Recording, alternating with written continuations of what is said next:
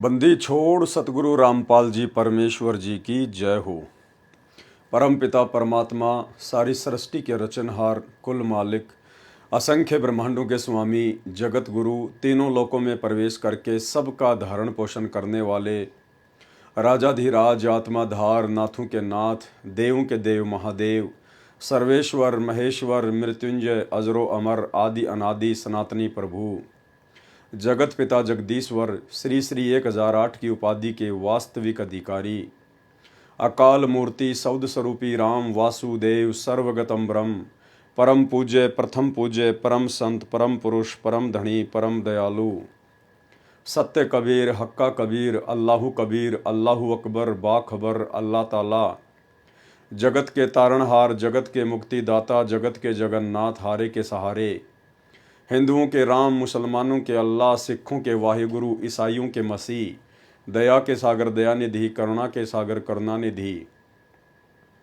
स्वयंभू परिभू संकट मोचन कष्ट हरण मंगल करण दुख भंजन अविगत कबीर निर्विकार निर्विषम परमात्मा अलय अलेख सतगुरु आदि अनादि सतगुरु असली मर्यादा पुरुषोत्तम असली राम असली कृष्ण असली घनश्याम असली मुरारी राजाओं के राजा महाराजाओं के महाराजा शहंशाहों के शहंशाह सम्राटों के सम्राट भगवानों के भगवान अल्लाहों के अल्लाह प्रभुओं के प्रभु मसीहाओं के मसीह सच्चे वाहिगुरु बाबाओं के बाबा पीरों के पीर सेठों के सेठ जगत सेठ सावड़सा सेठ सर्वगुण संपन्न अनंत कोटि कलाओं के स्वामी अनंत कोटि ब्रह्मांडों के नायक योगियों में महायोगी ध्यानियों में महाध्यानी सिद्धों में परम सिद्ध ज्ञानियों में तत्व ज्ञानी ब्रह्म ज्ञानी महाज्ञानी परम ज्ञानी सर्वश्रेष्ठ ज्ञानी विज्ञानी युवा कबीर समरथ कबीर असमवात अमित ओजा सच्चे रहनुमा करीम अल्लाह शुभान अल्लाह दुनिया के अंतिम पैगंबर 8 सितंबर 1951 से गांव धनाना जिला सोनीपत हरियाणा भारतवर्ष की पावन भूमि पे प्रकट रियल कल्कि भगवान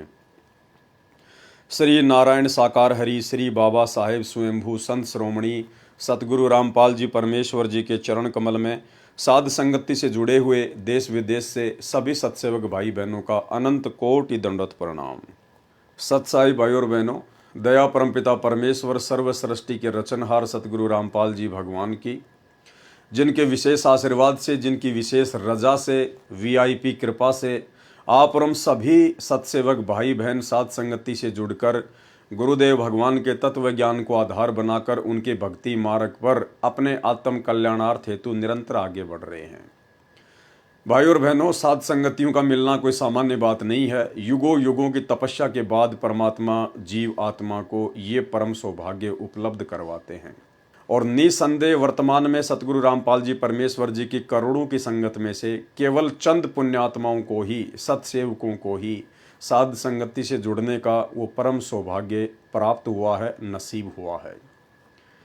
जो लोग साध संगतियों का विरोध करते हैं, साध संगत वालों से नफरत करते हैं, गुरुद्रोही कहते हैं, अब ज़्यादा समय नहीं बचा है जब आप लोगों को इस बात का पता चलेगा कि साध संगति से ना जुड़कर आप लोगों ने अपने भक्ति मार्ग की अपने जीवन की सबसे बड़ी गलती कर डाली। तो भाई और बहनों, जो लोग ऑलरेडी साध संगति से जुड़े हुए हैं वो तो हर प्रकार के प्रमाण देख के तथ्यों को देखकर सबूतों को देखकर दृढ़ विश्वास कर चुके हैं कि साध संगति के अलावा सतगुरु रामपाल जी परमेश्वर जी का धरती पर अन्य दूसरा कोई भी पंथ नहीं है, कोई भी मिशन नहीं है। साध संगति के माध्यम से ही सतगुरु रामपाल जी भगवान सतलोक ले जाने के लिए अपनी आत्माओं को तैयार कर रहे हैं, दृढ़ कर रहे हैं, क्योंकि साध संगति से ही भक्ति मार्ग की हर प्रकार की उन गूढ़ बातों का हमें आज पता चल पा रहा है, जो गूढ़ बातें आज से पहले हम सतगुरु रामपाल जी परमेश्वर जी के सत्संगों से अपनी अल्प बुद्धि के चलते अपनी नासमझी के चलते नहीं समझ पा रहे थे। तो भाई और बहनों, ये सौभाग्य युगों युगों के बाद ही जीव आत्माओं को नसीब होता है। हमारे वीडियो बनाने की श्रृंखला सृष्टि रचना के माध्यम से करोथा कांड और बरवाला कांड के ऊपर जारी है। करोथा कांड को लेकर 6 वीडियो कंप्लीट हो चुके हैं। पूरे करोथा कांड का रहस्य आप सभी के समक्ष तथ्यों समेत उजागर कर दिया गया है और उसके बाद बरवाला कांड को लेकर बरवाला कांड के खुलासे को लेकर आज हमारा ये चौथे नंबर का पार्ट है। और पिछले 3 पार्टों में आप जियों ने सतलोक आश्रम मैनेजमेंट हरियाणा के द्वारा, जिसे राष्ट्रीय समाज सेवा समिति भी कहा जाता है, क्योंकि सतलोक आश्रम मैनेजमेंट हरियाणा ने अर्थात गुरुदेव के कलयुगी परिवार ने, गुरुदेव के भाई ने, स्टेट कोऑर्डिनेटरों ने, मुख्य सेवादारों ने मिलकर सन 2010 में सतलोक आश्रम बरवाला में एक मनमुखी काल प्रेरित संगठन का निर्माण किया, जिसका नाम था राष्ट्रीय समाज सेवा समिति। केवल संगठन का नाम ही राष्ट्रीय समाज सेवा समिति था। बाकी सतलोक आश्रम के जितने भी मुख्य सेवादार थे, बड़े बड़े भगत समझे जाने वाले भगत थे, और गुरुदेव का कलयुगी परिवार, उनके भाई, ये सभी लोग इस मनवत संगठन में शामिल थे। और इस संगठन ने काल प्रेरणा से अपनी मनमानियां करना शुरू कर दिया था, और इन्हीं लोगों की मनमानियों का नतीजा सन 2014 का बरवाला कांड है। अन्यथा 2014 बरवाला कांड में ना ही तो किसी भी प्रकार के किसी आर्य समाजी का हाथ था, ना ही प्रशासन का कोई हाथ था, ना किसी राजनीतिक पार्टी का कोई हाथ था।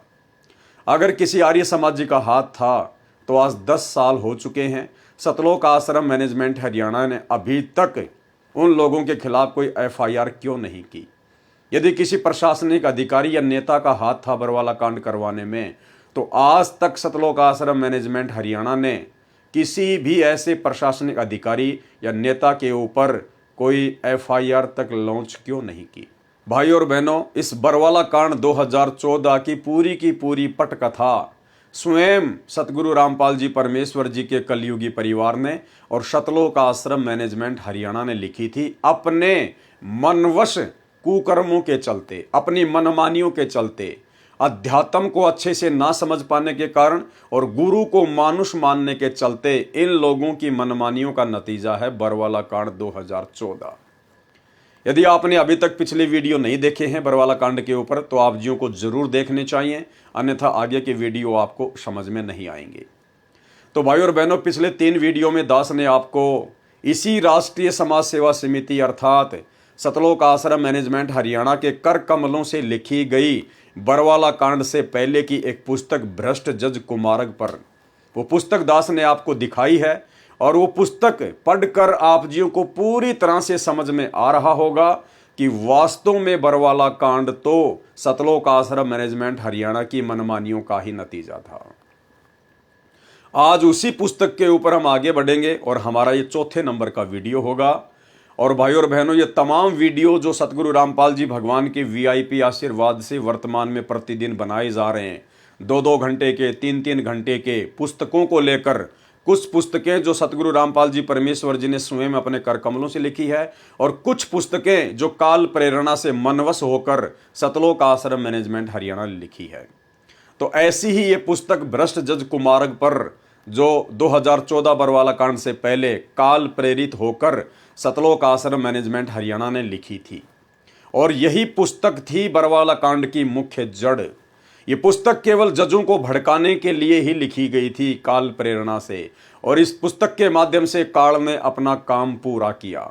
सतलोक आश्रम में जो मुख्य सेवादार थे, गुरुदेव का भाई था, गुरुदेव का कलयुगी परिवार था, ये सब के सब भगत समझे जाने वाले व्यक्ति काल के मोहरे थे, काल के एजेंट थे। काल ने इन सब को अपनी गोद में बैठा रखा था, क्योंकि ये लोग ना तो अध्यात्म को समझ पाए थे, ना ये सतगुरु रामपाल जी भगवान को समझ पाए थे। अपने जैसा मानुष ही उनको मान रहे थे, और गुरु को हम जब तक मानुष मानेंगे, अपने जैसा मानेंगे और उनके साथ में भी रहेंगे, तो कभी न कभी हमारे मन में दोष आएगा। ये बात स्वयं सतगुरु रामपाल जी परमेश्वर जी ने अपने मुख कमल से कही है, सुनिए। परमात्मा बताते हैं, गुरु मानुष कर जानते ते नर कहिए अंधे, ओवे दुखी संसार में आगे यम के फंदे। गुरु को मानुष कर जानते तो ते नर कहिए अंधे, और फिर होवे दुखी संसार में, फिर काल के फंद। पुणात्माओं, हमने गुरु जी को परमात्मा मानना पड़ेगा। परमात्मा मानने से हमारी यह प्रॉब्लम सोल्व होएगी, नहीं तो नहीं हो सकती। हम अपने ही जैसा गुरु को मानने, एक मानुष रूप मान करके हम यदि उसके साथ रहेंगे तो कभी ना कभी दोष आपके मन में आवेगा। तो भाई और बहनों, गुरु के साथ में रहना या गुरु से दूर रहना और गुरु को मानुष मानकर गुरु की भक्ति करना, कभी न कभी आप जी काल के झांसे में फंसेंगे ही फंसेंगे। और भाई और बहनों, काल प्रेरित भगत क्या होता है, क्या उसके लक्षण होते हैं और किस प्रकार से वो काल प्रेरणा से काल की सेवा करता है, एक छोटा सा उदाहरण दास आपको दिखाना चाहेगा। आपके सामने एक छोटी सी अखबार की कटिंग है जो कि बरवाला कांड के बाद की है। अमर उजाला ब्यूरो। पेशी पर आया रामपाल बोला, यानी जब सतगुरु रामपाल जी भगवान करोथा कांड के सिलसिले में रोहतक कोर्ट में पेशी पर आए थे बरवाला कांड के बाद में, तो पेशी पर जब आए तो मीडिया ने उनका इंटरव्यू लिया, उनकी बाइट ली। तो गुरुदेव भगवान ने क्या कहा जब उनसे सवाल पूछे गए? नेक आत्मा कैसे कर सकती हैं देशद्रोह, इस सरकार का नाश होगा। यानी 2014 बरवाला कांड के बाद का गुरुजी का ये इंटरव्यू है जो अखबार में आया है। और 2014 बरवाला कांड के बाद में भारतीय जनता पार्टी की सरकार हरियाणा में आ गई थी, यानी बीजेपी की सरकार थी। और गुरुदेव भगवान ने इस बीजेपी सरकार के लिए स्पष्ट तौर पर अपने मुख कमल से कह दिया कि इस सरकार का नाश होगा, अर्थात बीजेपी सरकार का नाश होगा, क्योंकि सन 2014 बरवाला कांड बीजेपी सरकार के कार्यकाल में हुआ था। और बीजेपी सरकार के कार्यकाल में भक्तों के ऊपर देशद्रोह के मुकदमे लगे हैं। गुरुदेव भगवान पर देशद्रोह का मुकदमा लगा है। तो गुरुदेव ने कहा कि नेक आत्मा कैसे कर सकती हैं देशद्रोह, इस सरकार का नाश होगा। अमर उजाला ब्यूरो। रोहतक, मेरे खिलाफ दर्ज की गई सभी एफआईआर झूठी और मनगढ़ंत हैं। नेक आत्मा जो बीड़ी सिगरेट तक का प्रयोग नहीं करती, उसे देशद्रोही कैसे साबित किया जा सकता है? करोथा और बरवाला कांड के आरोपी रामपाल ने बृहस्पतिवार को प्रदेश सरकार पर निशाना साधा। देशद्रोह के आरोपी रामपाल को यहां रोहतक कोर्ट में पेशी पर लाया गया था। कोर्ट से बाहर आते समय उसने कहा कि नेक आत्माओं को तरसाया जा रहा है, ऐसी ही हालत रही तो इस सरकार का नाश होगा, बीजेपी सरकार का नाश होगा। रामपाल ने पूरे प्रकरण की जांच सीबीआई से करवाने की मांग की है। यानी संगत जिसे अपना परमात्मा समझती है, अपना भगवान समझती है, अपना परमेश्वर समझती है, सतगुरु रामपाल जी भगवान को, सतगुरु रामपाल जी भगवान ने सरेआम बीजेपी सरकार के लिए ये शब्द यूज किए हैं कि इस सरकार का नाश होगा, अर्थात बीजेपी सरकार का सत्यानाश होगा। भाइयों और बहनों, दुनिया को इस बात का नहीं पता है कि संत रामपाल जी क्या परम शक्ति है और वर्तमान में ये क्या लीला खेल रहे हैं। लेकिन आप और हम भक्तों को तो अच्छे से पता है कि साधु बोले सहज स्वभाव और साधु का बोल्या मिथ्या न जाए। संत वचन पलटे नहीं, चाहे पलट जाए ब्रह्मांड। और सतगुरु जो चावे सो कर ही भरम पड़ो मत कोई, सेव धड़ पर शीश चढ़ाया पाछे करी रसोई। सतगुरु रामपाल जी भगवान ने बीजेपी सरकार के लिए जो वचन बोल दिया, जो शब्द अपने मुख कमल से बोल दिए, वो देर सवेर अवश्य पूरे होंगे और इस भारतीय जनता पार्टी का सत्यानाश होगा, क्योंकि 2028 युग परिवर्तन का समय है। और युग परिवर्तन स्वयं परमेश्वर कबीर साहिब सतगुरु रामपाल जी भगवान की इच्छा है, इनकी इच्छा से होगा। कोई भी व्यक्ति इसको टाल नहीं सकता सिवाय इनके। अब काल प्रेरणा क्या होती है भाई और बहनों? जिनको हम बड़े बड़े भगत समझते हैं, अपने गुरु भाई बहन समझते हैं, जो बड़े बड़े स्टेट कोऑर्डिनेटर हैं, गुरुदेव के परिवार वाले हैं, बेटा बेटी भाई बंधु उनके रिश्तेदार। दास क्यों आपको बार बार कहता है कि ये सभी लोग काल प्रेरित हैं, ये सब लोग काल के अधीन होकर मर्यादा तोड़कर काल के मिशन को पूरा कर रहे हैं, ना कि सतगुरु के मिशन को। जब आपको पता है अच्छे से कि सन 2014 का बरवाला कांड बीजेपी सरकार के कार्यकाल में हुआ और बीजेपी सरकार के लिए आपके गुरुदेव भगवान ने सरेआम कह रखा है कि इस सरकार का नाश होगा, तो वर्तमान में ये बड़े बड़े स्टेट कोऑर्डिनेटर, गुरुदेव का पूरा कलयुगी परिवार और बड़े बड़े आश्रमों में रहने वाले परम भगत फिर क्यों अपने गुरुदेव भगवान के खिलाफ जा रहे हैं?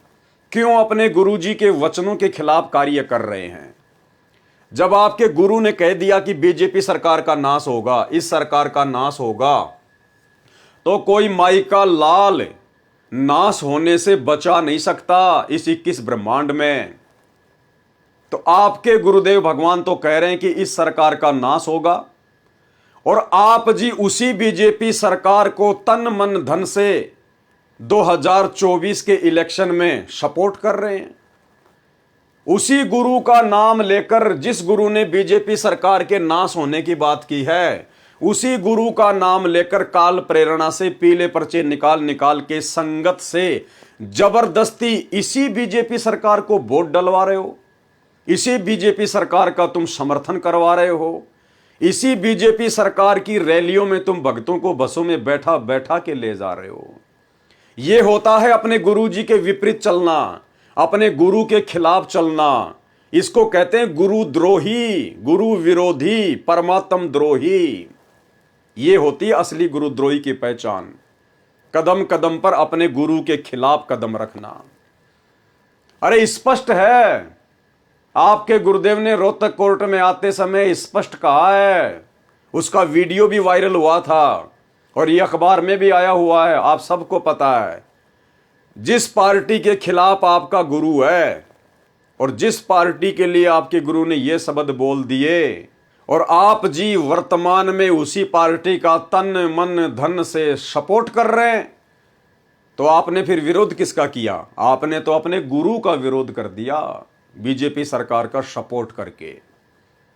तो भाई और बहनों, इसे कहते हैं काल प्रेरणा। उस भगत को पता ही नहीं चलता कि मैं क्या कर रहा हूं। क्यों? क्योंकि उसकी बुद्धि पे काल बैठ चुका है। अरे जब इस काल ने ब्रह्मा विष्णु महेश की घंटी बजा रखी है, तो इन छोटे मोटे जीवों की क्या औकात भाई? अगर मर्यादा तोड़ के और भक्ति करने का ड्रामा करेंगे तो इन छोटे मोटे जीवों की क्या औकात है? तेरी क्या बुनियाद प्राणी, पेंडा पंथ पकड़वो। तो भाई बहनों, ये होती है काल प्रेरणा। अब इस बात को केवल वही समझ पा रहे हैं जो वर्षों से साध संगति से जुड़े हुए हैं। उन भाई बहनों को तो ये बातें, ये कुकर्म बिल्कुल आईने की तरह स्पष्ट नजर आ रहे हैं।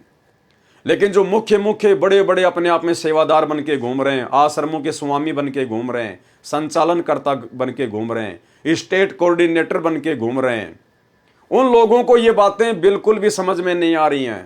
काल उनसे जबरदस्ती मनमानियां करवा रहा है। क्यों? क्योंकि गुरुजी ने उनको छोड़ दिया। गुरु ने उन आत्माओं से अपना हाथ उठा लिया। केवल उनकी बैटरी चल रही है, उनके दान धर्म के पुण्य चल रहे हैं, उनके सुमरण की कमाई चल रही है। वर्तमान में गुरुजी के परिवार के ऊपर, स्टेट कोऑर्डिनेटरों के ऊपर और बड़े बड़े समझे जाने वाले भक्तों के ऊपर किसी प्रकार का कोई आशीर्वाद नहीं है। अगर थोड़ा बहुत बचाव हो सकता है तो संगत का हो सकता है, क्योंकि संगत बेचारी भोली है, नादान है। संगत को यह लगता है कि गुरुजी का परिवार जो कर रहा है बिल्कुल सही कर रहा है, क्योंकि संगत अभी अच्छे से गुरुदेव के तत्व ज्ञान से परिचित नहीं है। बेचारे नए नए भगत जुड़ते हैं, उनको हर बातों का पता नहीं होता है। तो संगत को परमात्मा फिर भी संभलने का, सुधरने का मौका देगा और दे रहा लगातार। साथ संगति के वीडियो देखकर रोजाना सैकड़ों की संख्या में भाई बहन साथ संगतियों से जुड़ रहे हैं, तेजी से वीडियो वायरल हो रहे हैं। संगत इन आश्रमों में जाना छोड़ रही है, इन कुपात्रों को ज्योति पाठ और दान का पैसा इन आश्रमों में जाकर देना छोड़ रही है। तो उन भाई बहनों को तो परमात्मा फिर भी राहत देगा, संभलने का मौका देगा। लेकिन जो मुख्य व्यक्ति हैं सतलोक आश्रम वाले, उनको परमात्मा की तरफ से फिलहाल किसी प्रकार की कोई राहत ना तो है और ना ही आगे मिलने की उम्मीद है, क्योंकि इनको परमात्मा रिजेक्ट कर चुके हैं। क्योंकि इन्होंने जो महागलतियां की हैं गुरुदेव को मानुष मानकर, गुरुजी की वर्षों से इतनी संगति करके, इनकी गलतियां क्षमा योग्य नहीं है। तो भाई और बहनों, ये काल प्रेरणा का आपके सामने जीता जागता उदाहरण है। और इसके अलावा इन सतलोक आश्रम मैनेजमेंट हरियाणा वालों की अनेकों मनमानियां दास ने आपको भ्रष्ट जज कुमारग पर नामक पुस्तक में से दिखा दी हैं। जो पुस्तक स्वयं सतलोक आश्रम मैनेजमेंट हरियाणा ने काल प्रेरणा से बरवाला कांड करवाने के लिए स्पेशली लिखी थी। अब आगे हम बढ़ेंगे भाई और बहनों इसी पुस्तक के ऊपर। आज हमारा ये चौथे नंबर का वीडियो है और आगे इन्होंने क्या क्या मनमानियां की, क्या क्या इन्होंने कुकर्म किए आपकी आंखों के सामने। और आज का जो वीडियो है भाई और बहनों, ये चौथा नंबर का पार्ट बरवाला कांड के ऊपर। आज के वीडियो में इनकी मनमानियों को देखकर आप जियों को पक्का विश्वास हो जाएगा, दृढ़ विश्वास हो जाएगा कि वास्तु में हम जिन्हें बड़े बड़े भगत मानते हैं, स्टेट कोऑर्डिनेटर मानते हैं, गुरुजी का बेटा बेटी भाई बंधु रिश्तेदार समझते हैं, इन लोगों को तो अध्यात्म मार्ग का कै ख गै का भी ज्ञान नहीं है। इनको तो फूटी कोड़ी का भी ज्ञान नहीं है। ये तो फालतू में सूखी फीत लगा के घूम रहे थे गुरुजी के बेटा बेटी भाई बंधु रिश्तेदारों की। इनकी हालत तो वो है जैसे कहावत है कि दीपक के नीचे हमेशा अंधेरा रहता है। तो इनके खुद के हाथों से लिखी हुई ये पुस्तक है ब्रज जज कुमारक पर, सतलोक आश्रम मैनेजमेंट हरियाणा वालों के द्वारा। इन्होंने जो राष्ट्रीय समाज सेवा समिति बनाई थी, इन्हीं लोगों ने मनमुखी रूप से ये पुस्तक बनाई है। और सतगुरु रामपाल जी परमात्मा का ये पुस्तक लिखने का और इस पुस्तक को बंटवाने का किसी प्रकार का कोई आदेश और सहमति नहीं थी। और इन्हीं के कर कमल से लिखे गए इन शब्दों को पढ़कर आज हम भाई बहन सावधान होंगे कि हे परमात्मा, हमारे से निकट भविष्य में इस प्रकार की गलतियां आपके भक्ति मार्ग में ना हो जाएं। हे परमात्मा, यदि ऐसा कोई योग या संयोग हो गलती का, उससे पहले मालिक हमारा शरीर ही छुड़वा देना। लेकिन परमात्मा, जो महागलतियां हमारे बड़े बड़े भगत भाई बहन कर चुके हैं और अपना ये मनुष्य जीवन बर्बाद कर चुके हैं, भले वो भक्ति पर लगे हुए हैं लेकिन भक्ति और भगवान उनके आसपास भी नहीं है, वो गलतियां निकट भविष्य में हमसे ना हो जाएं तो हम डरेंगे और सावधान भी हो जाएंगे। निकट भविष्य में हम काल के षड्यंत्र में नहीं फंसेंगे। राष्ट्रीय समाज सेवा समिति को जब इस पूरे प्रकरण का पता चला कि संत रामपाल दास जी महाराज को ईर्ष्यावश 30 लाख रुपए की मांग पूरी न होने के कारण श्री सुशील कुमार गुप्ता सेशन जज रोहतक ने दिनांक 14/7/2014 को कोर्ट में हाजिर होने के लिए आदेश दिया है, तो उन्होंने भ्रष्टाचार के विरोध में उसी तारीख 14/7/2014 को प्रदर्शन करने की योजना बनाई। भाई, एक तरफ तो आप राष्ट्रीय समाज सेवा समिति वाले बार बार इस पुस्तक में लिख रहे हो कि हम न्यायालय का सम्मान करते हैं, और दूसरी तरफ जब न्यायालय ने सतगुरु रामपाल जी भगवान को इस तारीख को रोहतक कोर्ट में बुलाया तो आप लोगों ने पहले से ही पूरी प्लानिंग तैयार कर ली। भक्तों के हाथों में डंडे और झंडे देकर हजारों भक्तों को आप लोगों ने मरने मारने के लिए, लड़ाई झगड़े के लिए, उग्र आंदोलन के लिए तैयार कर लिया। तो आपने काहे का न्यायालय का सम्मान किया? आपकी तो दोहरी बातें हैं, आपकी तो दोगली बातें हैं। करनी तज कथनी कथ है, अज्ञानी दिन रात, कुत्ते जूं भौंकत फिरे, सुनी सुनाई बात।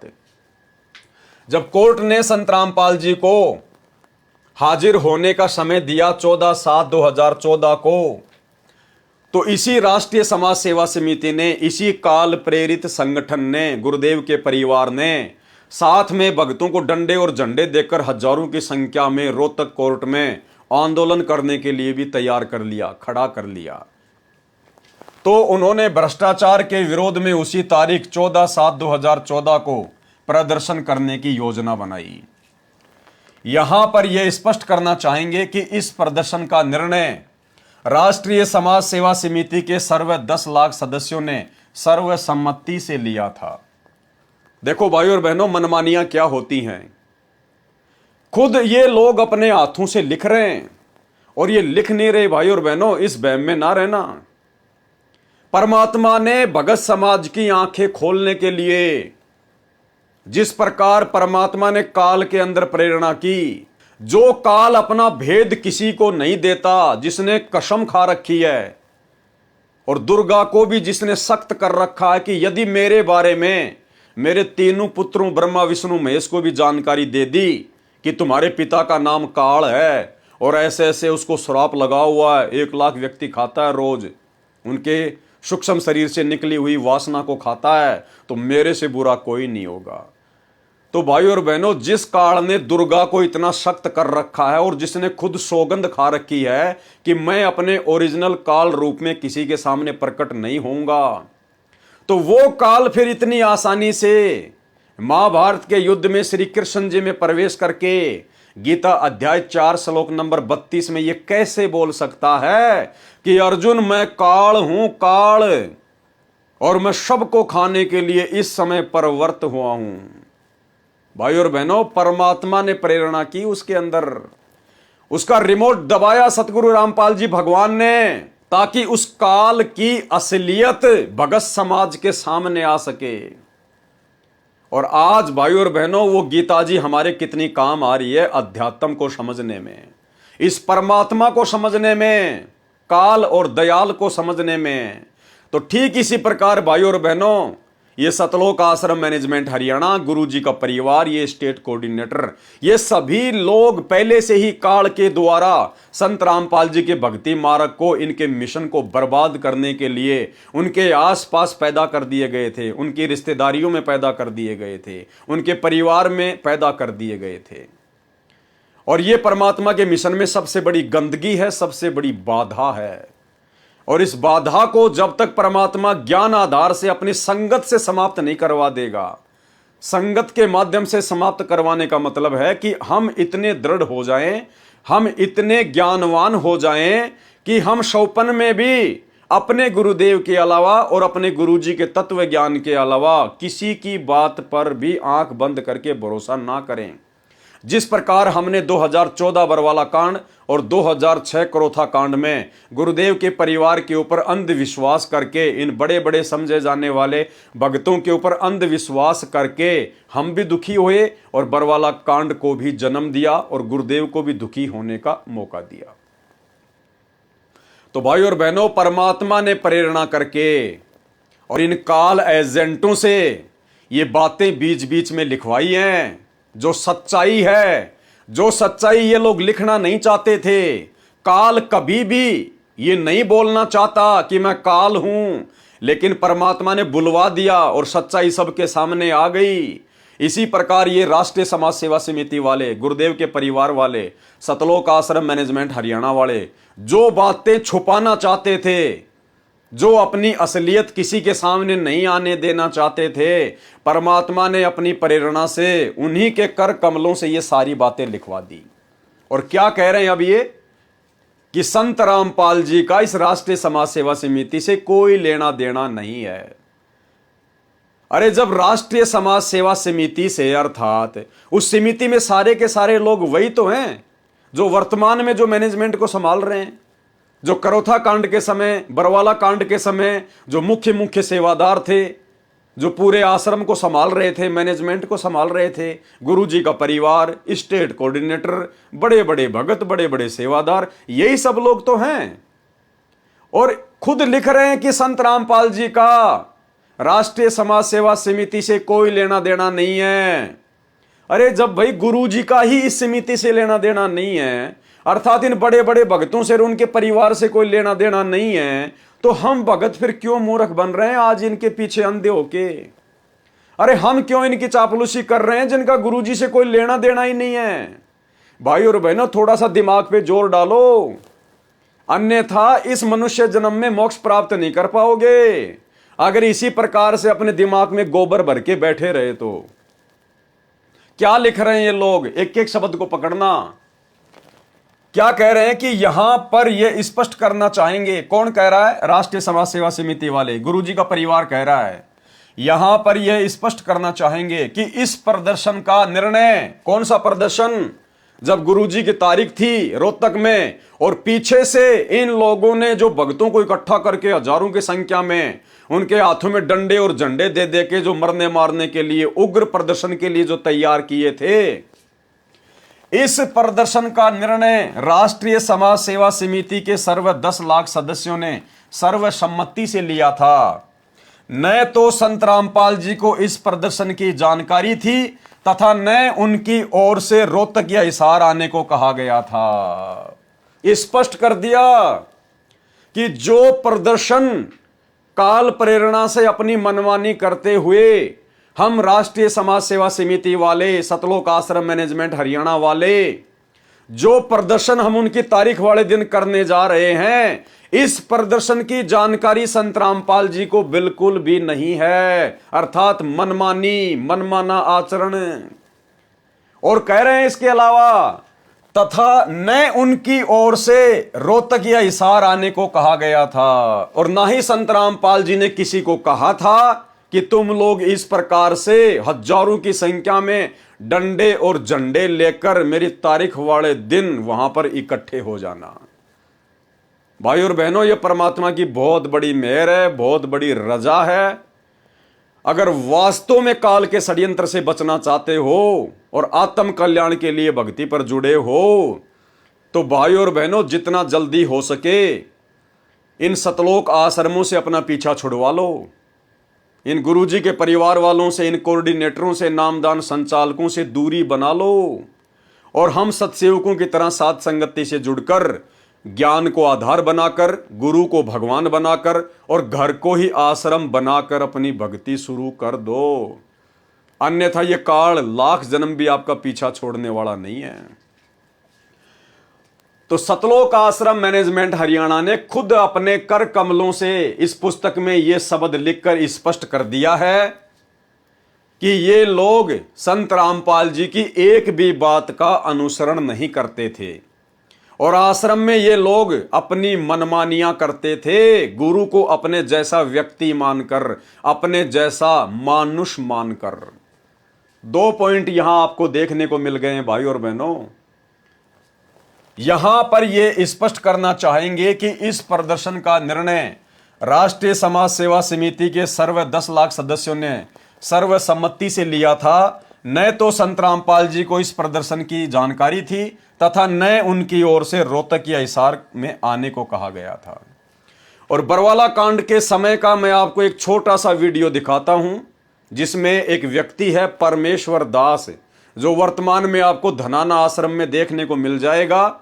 जब रमेणियां होती हैं तो 1.5 फुट का डंडा पकड़ के वो उनके इंटरव्यू लेता है। जिस समय बरवाला कांड में लड़ाई का माहौल था, उधर पुलिस प्रशासन था, इधर भगत कमांडो बन के खड़े हुए थे, मीडिया वाले इंटरव्यू ले रहे थे। तो मीडिया वालों ने इंटरव्यू लिया कि भाई आप इस प्रकार से हाथों में डंडे पकड़कर, हथियार पकड़कर बीमार बाबा की तबीयत को कैसे स्वस्थ करोगे? अरे अगर बाबा की तबीयत अगर ठीक होनी होगी तो आप लोग दुआ करो, प्रार्थना करो, कोई भजन करो बैठ के। आप लोग इस प्रकार से हाथों में डंडे झंडे हथियार लेकर बीमार बाबा की तबीयत को कैसे ठीक करोगे? और सही बात भी है। हालांकि हमारे पंथ में हम किसी के लिए दुआ नहीं कर सकते, प्रार्थना नहीं कर सकते, लेकिन मीडिया वाले तो अपने हिसाब से बात बोल रहा है, बिल्कुल सही बोल रहा है कि अगर बाबा बीमार है तो बीमार बाबा के लिए तो प्रार्थना करनी चाहिए। तुम लोग भजन करो, ज्यादा से ज्यादा सुमरण करो, बाबा के लिए दुआ करो जगत के हिसाब से। लेकिन तुमने तो काले कपड़े पहन के डंडे और झंडे उठा रखे हैं, सर पे कफन बांध रखा है, मरने मारने के लिए तैयार हो रहे हैं। तो भाई ये कौन सी भक्ति है? तो मीडिया वालों ने कहा कि भाई देखो इनके हाथ में हथियार हैं। तो उस परमेश्वर दास नाम के भगत ने कहा कि ये जितने भी लोग हैं ये संत रामपाल जी के अनुयायी नहीं हैं। ये जितने भी काले कपड़े पहन के हाथों में डंडे झंडे लेके जो आश्रम के बाहर खड़े कर रखे हैं राष्ट्रीय समाज सेवा समिति ने हजारों की संख्या में, ये लोग संत रामपाल जी के अनुयायी नहीं हैं। ये सभी राष्ट्रीय समाज सेवा समिति के सदस्य हैं।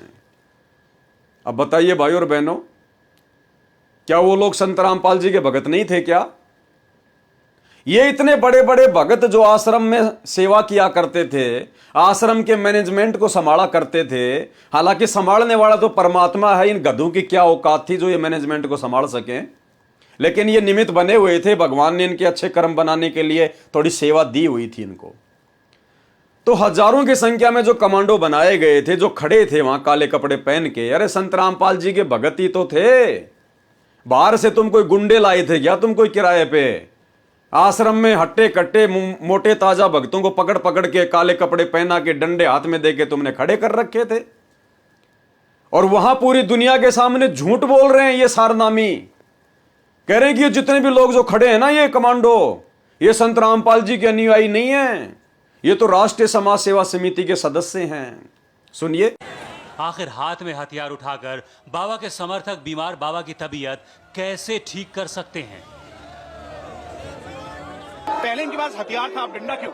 देखिए, ये संत रामपाल जी महाराज जी के अनुयायी नहीं है सब, ये राष्ट्रीय समाज सेवा समिति के कमांडो हैं और राष्ट्रीय समाज सेवा समिति के कमांडो यहाँ पर सारे सुरक्षा व्यवस्था देखते हैं।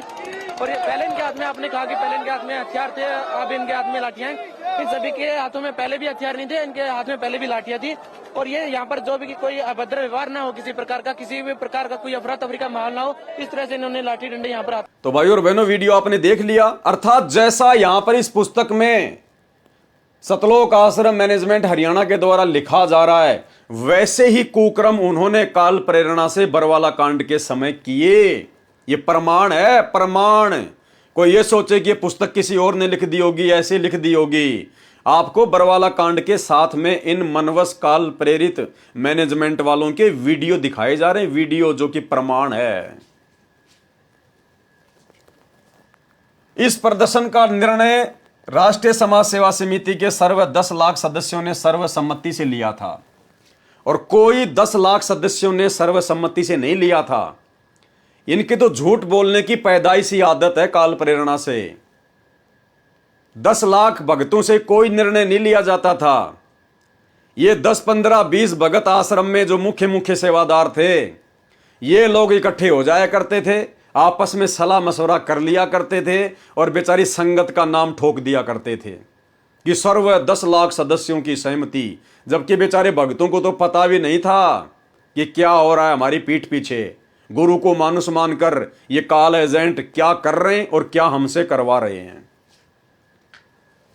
राष्ट्रीय समाज सेवा समिति के सर्व 10 लाख सदस्यों ने सर्वसम्मति से लिया था।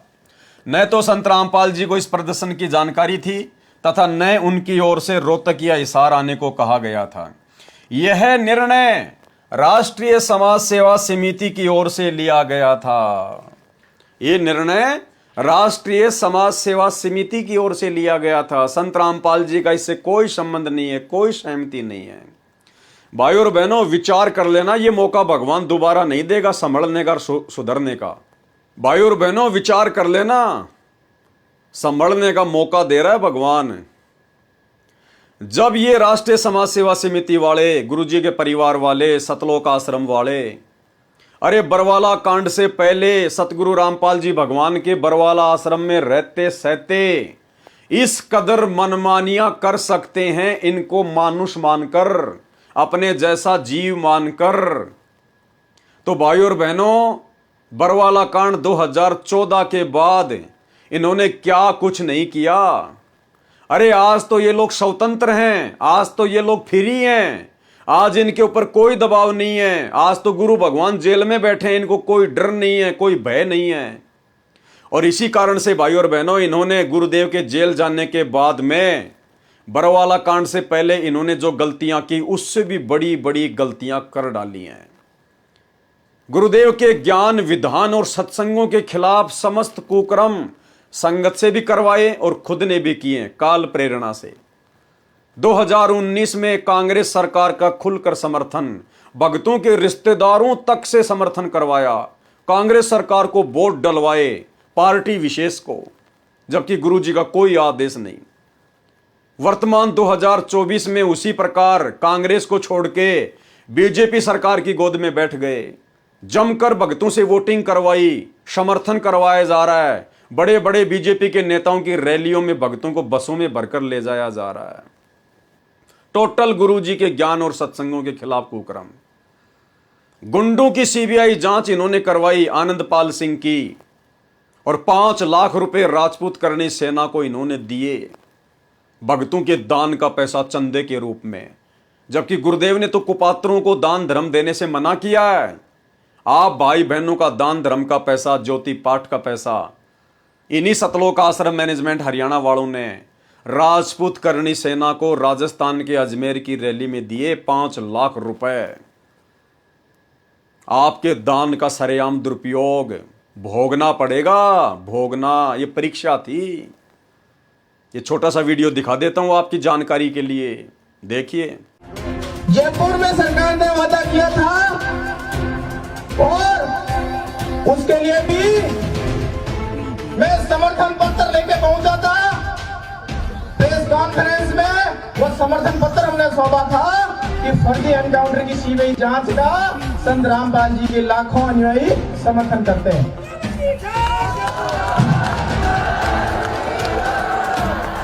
भारत माता की, भारत माता की, मां पद्मावती की, मां पद्मावती की, सत्यमेव इंकलाब।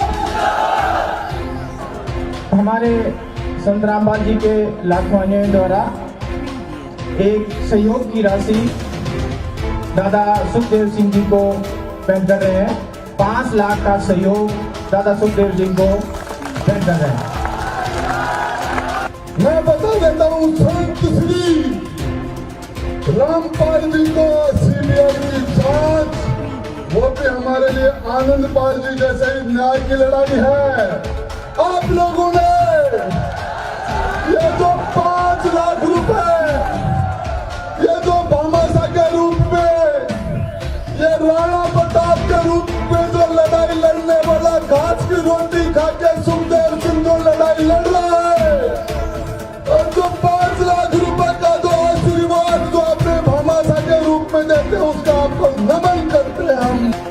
इसके बाद भाइयों और बहनों, इन्होंने हरियाणा के जाट आरक्षण में ऐसे महापुरुष का नाम लेकर जिनका राजनीति से, आरक्षणबाजी से कोई लेन देन नहीं है, इनके रहते सहते ना जाने कितने आरक्षण हुए, कितने लोग मरे, कितने धरने प्रदर्शन हुए, कितनी बार चुनाव हुए। सतगुरु रामपाल जी ने कभी भी अपने भक्तों को ना किसी पार्टी विशेष को वोट डालने के आदेश दिए और ना ऐसे किसी आरक्षण के धरनों में बैठने के आदेश दिए। लेकिन इनके जेल जाते ही इनके कलयुगी परिवार ने हरियाणा के जाट आरक्षण में इन्हीं का नाम लेकर और लाखों भक्तों को उस बिरानी आग में झोंक दिया और करोड़ों में रुपया, कभी 10 लाख, कभी 11 लाख, कभी 5 लाख उन जाट आरक्षण वालों को, जाट आरक्षण संघर्ष समिति वालों को दिए गए। एक छोटा सा वीडियो आपको दिखा देता हूं जिसमें यशपाल मलिक को 11 लाख रुपए चंदे के रूप में दिए गए। देखिए। संत रामपाल जी ने जो आपको समर्थन दिया, इस बारे में आपकी क्या राय है? हमारा संत रामपाल जी को और उसकी संगत को बहुत बहुत धन्यवाद। और उन्होंने हमें आज 11 लाख रुपए चंदा देकर भी आंदोलन में भी मदद की। और मैं तो ये कहना चाहूँगा कि संत रामपाल जी के ऊपर भी जो जुल्म हुए, और उस जुल्म को जब वे उनके दर्शन करने उनके शरणार्थी जाते हैं तो उस पर भी तमाम अत्याचार किए जाते हैं, लाठियाँ बरसाई जाती है। सरकार उनको तंग कर रही। और जो आर्य समाज के उनके बीच में डिस्प्यूट है, उसको भी दूर कराने की कोशिश करेंगे, क्योंकि हम खुद आर्य समाजी हैं। हम खुद आर्य समाजी होने के नाते ये चाहते हैं कि समाज में जो भेदभाव हुआ वो सब दूर हो और सब मिलकर एक जैसे एक जो सरकार है जो अन्याय करती है उसके खिलाफ सब मिलकर खड़े हो। तो अगर किसी आर्य समाजी भाई को इस वजह से कोई ठेस पहुंचती है तो हम उससे भी बात करने के लिए तैयार हैं। अपने गिले शिकवे दूर करो, आगे बढ़ो। वो भी जाट हैं, हम भी जाट हैं। ये एक बड़ी 36 बिरादरी की मुहिम है जिसमें उन्होंने साथ दिया, इसके लिए हम धन्यवाद देते हैं। और हम डेरा सच्चा सौदा से भी निवेदन करते हैं, जिसने ये सरकार बनवाई अपने दम पे, अगर वो इसी तरह की अत्याचारी और अन्यायी सरकार बनाई है तो उसके अनुयायियों को भी ये सोचना चाहिए और उनको सरकार से बात करनी चाहिए कि इस तरह के अत्याचार और अन्याय करने वाली सरकार का भविष्य में साथ न दे और वो भी आंदोलन को समर्थन करें। रामपाल जी महाराज के साथ या आपके साथ कोई समझौता हुआ है? रामपाल जी के अनुयायी वहाँ पे आपका समर्थन करेंगे क्या? कहाँ पे? दिल्ली में जो आप 2 तारीख का ऐलान किया आपने। 2 तारीख का वो चाहेंगे तो समर्थन कर सकते हैं, उनसे वार्ता की जाएगी। तो भाई और बहनों, जम के दान का दुरुपयोग करवाया गया और आप लोगों के कर्म फुड़वाए गए। इसके अलावा धनाना गांव वालों के लिए 50 लाख रुपए का बैडमिंटन का स्टेडियम बनवा दिया, जबकि संत रामपाल जी के 30 वर्षों के सत्संग उठा के देख लो, उनकी कोई भी पुस्तक उठा के देख लो, भगत को कोई भी गेम खेलने का या किसी भी गेम में सहयोग करने का कोई आदेश नहीं है। अगर कोई ताश खेल रहा है तो बैठने का भी आदेश नहीं है वहां पर। मोबाइल में वीडियो गेम तक देखने का भी आदेश नहीं है, खेलना तो बहुत दूर की बात है। और गुरुदेव के परिवार ने 50 लाख रुपए का धनाना गांव वालों के लिए बैडमिंटन खेलने का स्टेडियम बना दिया गया। ये स्टेडियम भी आपको दिखा देता हूं, एक बार देख लीजिए। आज हम आए हैं अपनी टीम के साथ जिला सोनीपत के तहसील गोहाना के गांव धनाना में, जहां पर एक अंतर्राष्ट्रीय स्तर के बैडमिंटन इंडोर स्टेडियम का निर्माण हुआ है। हरियाणा के छोटे से गांव में इतने अत्याधुनिक सुविधाओं से युक्त astro turf court badminton stadium को देखकर हर कोई हैरान है।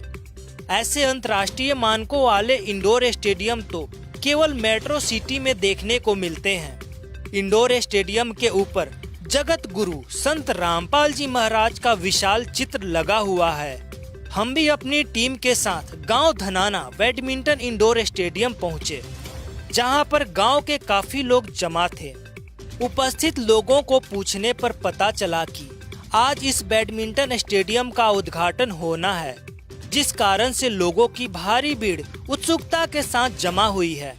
हम भी अपनी टीम के साथ इस बैडमिंटन इंडोर स्टेडियम में दाखिल हुए। चारों तरफ कुर्सियां लगी है जिस पर बड़े बुजुर्ग बैठे हैं। एक तरफ टेबल पर फूल मालाओं के अंबार के साथ जगत गुरु संत रामपाल जी महाराज की चित्र लगी ट्रॉफी रखी है। पीछे मंच पर सम्मानित लोग बैठे हैं। सामने की दीवार पर भी संत रामपाल जी महाराज का बड़ा चित्र लगा हुआ है। स्टेडियम के बीचों बीच सुंदर बैडमिंटन कोर्ट बना हुआ है, जिस पर एस्ट्रो टर्फ की मैट बिछी है, जिस पर बहुत से लोग बैठे हैं। उद्घाटन समारोह शुरू हुआ। कोर्ट के बीच लगे रिबन को गांव के सबसे वरिष्ठ नागरिक द्वारा काटा गया। तत्पश्चात उपस्थित व्यक्तियों द्वारा संत रामपाल जी महाराज का जय घोष किया गया।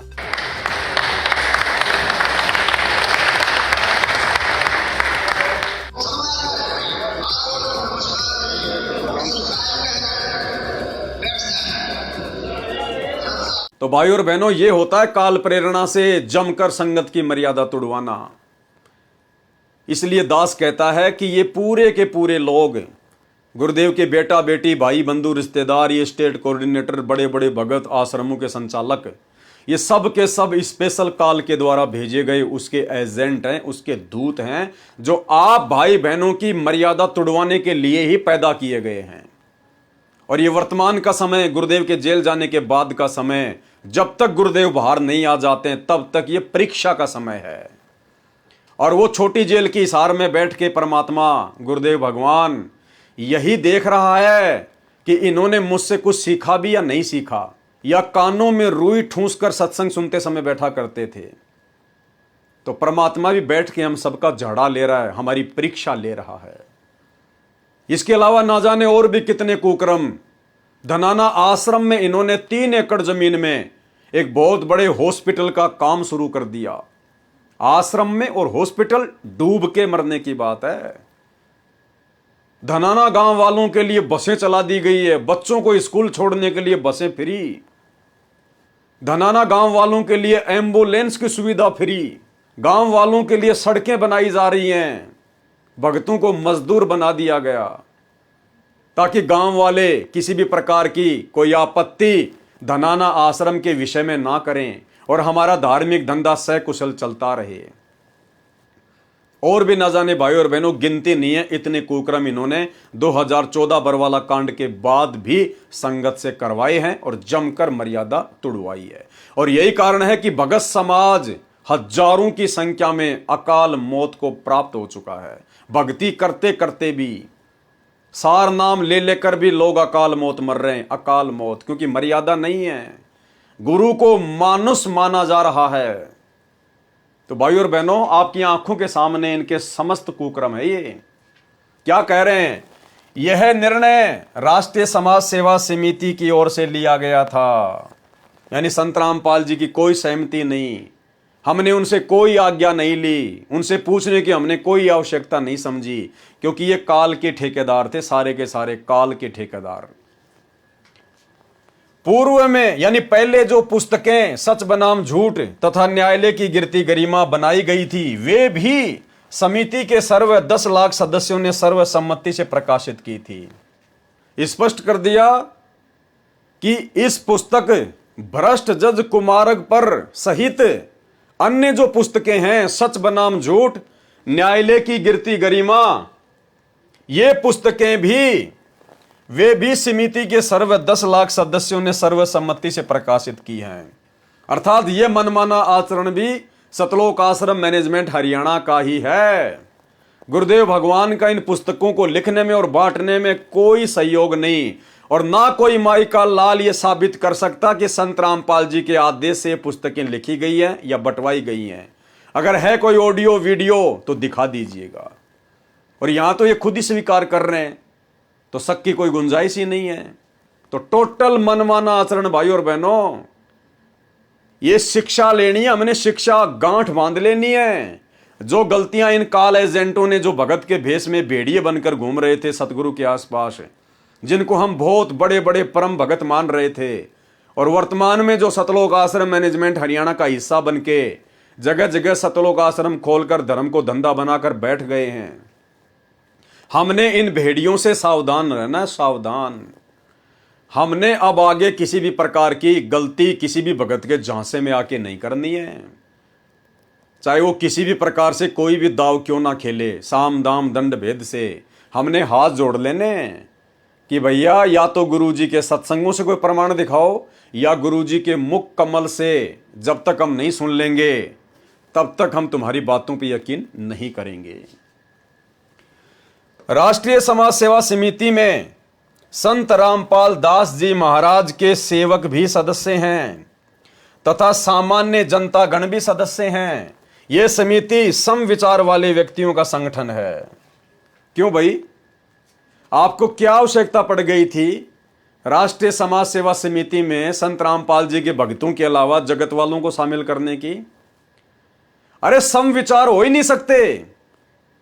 समविचार भक्तों के साथ में जब तक जगत वाले दीक्षा नहीं लेंगे तब तक समविचार हो ही नहीं सकते, इम्पॉसिबल। परमात्मा का वचन है कि जगत का और भगत का तो 36 का आंकड़ा होता है, 36 का आंकड़ा। और ये देखो कितनी बड़ी झूठ लिख रहे हैं भाई और बहनों यहां पर।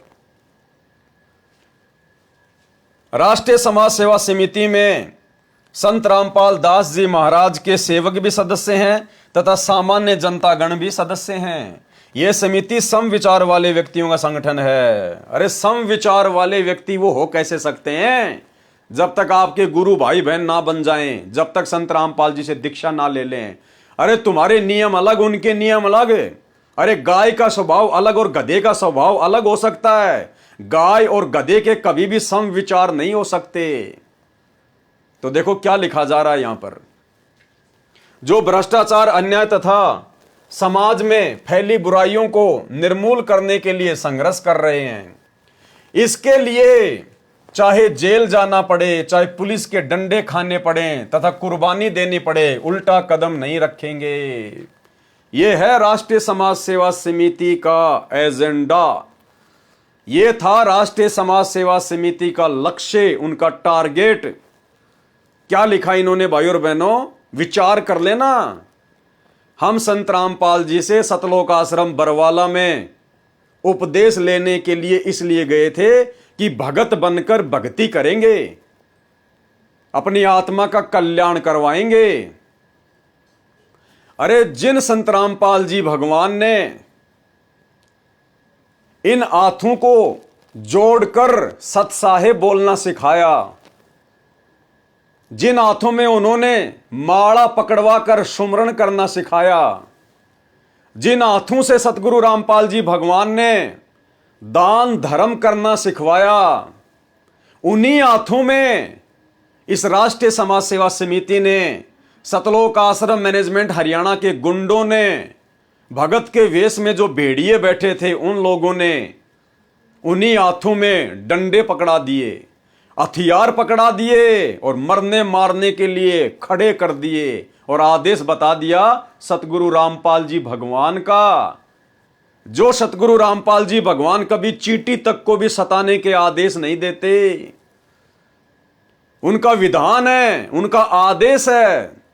यदि आप रास्ते से जा रहे हैं और रास्ते में यदि बहुत ज्यादा चींटियां हैं तो भले आपको 2 किलोमीटर लंबा होकर आना पड़े, आप चींटियां नहीं मार सकते। अगर आपने आंखों से देख ली हैं तो आपको नहीं दिखाई दी, आप जी अपनी गाड़ी लेके या पैदल निकल गए, वो बात अलग है। अगर आपने देख लिया कि सामने तो बहुत सारी चींटियां और मैं यदि ये गाड़ी इनके ऊपर से गुजारूंगा तो सैकड़ों मरेंगी, तो गुरुदेव का आदेश है कि अगर तुमने वो गलती कर दी जानने के बाद भी, तो फिर वही बात है, जानबूझ सांची तजे करे झूठ से ने, जाकी संगत है प्रभु शौपन में भी ना दे। तो गुरुदेव का आदेश है, ऐसी स्थिति में भले आपको 2 किलोमीटर लंबाई का चक्कर लगा के क्यों ना पड़े, घूम के क्यों ना आना पड़े, दूसरे रास्ते से क्यों ना आना पड़े, आप आंखों देखकर चींटियों के ऊपर गाड़ी नहीं चढ़ा सकते। तो भाई और बहनों, उसी परम संत का नाम लेकर, उसी परम संत के भगत कहलवाकर, और इस पुस्तक में ये राष्ट्रीय समाज सेवा समिति वाले, गुरुदेव के परिवार वाले क्या लिख रहे हैं, इसके लिए चाहे जेल जाना पड़े, चाहे पुलिस के डंडे खाना पड़े, चाहे कुर्बानी देनी पड़े, कुर्बानी यानी मौत, हमें गोली क्यों ना खानी पड़े, मरना क्यों ना पड़े, उल्टे कदम नहीं हटाएंगे। जबकि ये लोग सारी बातें गुरुजी के ज्ञान के विरुद्ध करवा रहे थे। इस राष्ट्रीय समाज सेवा समिति के बनाने में संत रामपाल जी का कोई सहयोग नहीं, कोई योगदान नहीं, कोई आज्ञा नहीं, क्योंकि पहले ये लोग स्पष्ट कर चुके हैं कि इस समिति को बनाने में संत रामपाल जी का कोई आदेश नहीं है। तो भाइयों और बहनों, ऐसे गुंडों के आदेशों को हम क्यों फॉलो करेंगे, जिसमें जेल जाना पड़े, चाहे डंडे खाना पड़े, चाहे कुर्बानी भी देनी पड़े। अरे कुर्बानी देंगे भक्ति के लिए, अपने भगवान के लिए, कुर्बानी देंगे कुकर्मों की, कुर्बानी देंगे हम बुराइयों की। अरे इन जैसे गुंडों के साथ में मिलकर जो इन्होंने राष्ट्रीय समाज सेवा समिति बनाई संत रामपाल जी के विरुद्ध होकर, उन लोगों के साथ मिलकर जिनका हमारा गुरुजी से कोई लेना देना नहीं, हमारे गुरुजी से जिनका कोई संबंध नहीं, जो भी वो आंदोलन करते थे, उठा पटक करते थे, हमारे गुरुजी का उसमें कोई सहयोग नहीं, तो ऐसे मनवस लोगों के लिए हम कुर्बानी क्यों देंगे, हम जेल क्यों जाएंगे, हम डंडे क्यों खाएंगे। तो भाई और बहनों, ये देखो मनमाना आचरण, ये था काल का षड्यंत्र, ये होती है काल प्रेरणा। संत रामपाल जी के बिल्कुल विरुद्ध खड़ा कर दिया काल ने बरवाला कांड के समय इन बड़े बड़े महापुरुषों को, जिनको आज संगत बहुत बड़े भगत मानती है। ये सभी स्टेट कोऑर्डिनेटर, इन आश्रमों के संचालक, गुरुजी के बेटा बेटी, भाई बंधु रिश्तेदार, यही थे सारे के सारे बरवाला कांड में, इस राष्ट्रीय समाज सेवा समिति में। तो देख लो आपकी आंखों के सामने, अब भी अगर आंख नहीं खुली फिर दोबारा मौका नहीं देगा भगवान। इसके लिए चाहे जेल जाना पड़े, चाहे पुलिस के डंडे खाने पड़े, चाहे कुर्बानी देने पड़े, उल्टा नहीं हटेंगे। कौन कह रहे हैं? ये बड़े बड़े भगत, गुरुजी का भाई, गुरुजी के परिवार वाले, क्योंकि इन सबकी सहमति है। ये जो भी कुछ लिखा जा रहा है इसमें सबकी सहमति है। तो भाई और बहनों, यहां तो देखो क्या कह रहे हैं कि चाहे जेल जाना पड़े, चाहे डंडे खाना पड़े, चाहे कुर्बानी क्यों ना देनी पड़े, चाहे मृत्यु को गले क्यों ना लगाना पड़े। अरे भाई, फिर बरवाला कांड के बाद में पुलिस से छुपकर भगोड़े बन के क्यों घूम रहे थे? अरे यहां तो तुम जेल जाने से नहीं डर रहे, डंडे खाने से नहीं डर रहे, मौत से नहीं डर रहे। और बरवाला कांड में जब पुलिस के डंडे पड़ने लगे तो छुप छुप के निकल गए, छुप छुप के मुंह काला करके। भूल गए गुरुजी को, भूल गए भक्तों को, भूल गए अपने मिशन को, भूल गए अपने टारगेट को, भूल गए अपने आंदोलन को। और वही गुरुजी का भाई जो इस राष्ट्रीय समाज सेवा समिति को खड़ा करने में मुख्य व्यक्ति है, सबसे बड़ा काल का एजेंट है, वही व्यक्ति 18 नवंबर की रात को पुलिस के साथ में सेटिंग करके, क्योंकि सारा षड्यंत्र इसी के तहत हो रहा था। अरे संत रामपाल जी का भाई, आश्रम का इतना बड़ा जिम्मेदार व्यक्ति, भैया कैसे 20,000 पुलिस वालों के बीच से निकल जाएगा? इम्पॉसिबल। लेकिन पुलिस की गाड़ी में बैठ के गया, पुलिस की जिप्सी में बैठ के गया। उस समय उसको याद नहीं आया कि मेरा भाई कितना दुखी होगा, कितना परेशान होगा। आग लगा के भाग गया। यहां तो मरने मारने की बात कर रहा है, जेल जाने से नहीं डरेंगे, डंडे खाने से नहीं डरेंगे। और वही व्यक्ति बरवाला कांड के बाद गुरुदेव का भाई 8 साल तक भगोड़ा बन के घूमा, दर दर की ठोकरें खाता रहा। और भी बड़े बड़े मुख्य सेवादार, गुरुजी के बेटे, एक तो पकड़ा गया था उसी समय, दूसरा बाद में पकड़ा गया छोटे वाला। और 8 साल तक ये लोग कुत्ते की तरह छुपते रहे, छुपते फिरे भगोड़े बन के। इसको कहते हैं दोगली बातें, करनी तज कथनी कथ है, अज्ञानी दिन रात कुत्ते जू भौंकत फिरे, सुनी सुनाई बात है। भाई और बहनों, विचार करना। ये परमात्मा हमारी आंखें खोलना चाह रहे हैं इन वीडियो के माध्यम से। अरे हिंदू संस्कृति में, भारतीय समाज में बड़े भाई को अपने बाप के समान समझा जाता है, बड़े भाई को अपने बाप के समान। और जब उस महेंद्र भगोड़े को इस बात का पता चल गया कि तेरा भाई तो स्वयं परमात्मा है, सतगुरु है, और भाई और बहनों, इसके बावजूद भी वही महेंद्र अपने भाई को अकेला छोड़कर और भगोड़ा बनकर 8 साल से घूमता रहा। अरे भगवान छोड़ो, बहुत दूर की बात है, गुरु छोड़िए, बहुत दूर की बात है। अगर ये महेंद्र भगोड़ा संत रामपाल जी को अपना बड़ा भाई भी समझता तो भी भाई और बहनों ये भगोड़ा बन के नहीं घूमता, उनके साथ में खड़ा रहता कि हम कोई चोर थोड़ी हैं, डाकू थोड़ी हैं, हम भगत हैं, सच्चाई के लिए लड़ रहे हैं, संघर्ष कर रहे हैं, जेल जाना पड़े जाएंगे, डंडे खाना पड़े खाएंगे। होना तो यह चाहिए था कि अपने भाई के साथ में खड़ा रहता, कंधे से कंधा मिलाकर। लेकिन मुंह काला करके, पुलिस के साथ सेटिंग करके आश्रम से गायब। क्योंकि पहले ये हरियाणा में डीजी का ड्राइवर था, ये पुलिस महकमे में था, ये गुरुजी का छोटा भाई महेंद्र, ये डीआईजी का ड्राइवर था। पूरा का पूरा षड्यंत्र, पूरी की पूरी सेटिंग इसी की थी बरवाला कांड में। और इसका एक ही मकसद था कि संत रामपाल जी को किसी भी प्रकार से मरवा दिया जाए, संत रामपाल जी को किसी भी प्रकार से मरवा दिया जाए, खत्म करवा दिया जाए, और ये आश्रम की पूरी बागडोर मेरे हाथ में आ जाए और मैं संत बन के बैठ जाऊं।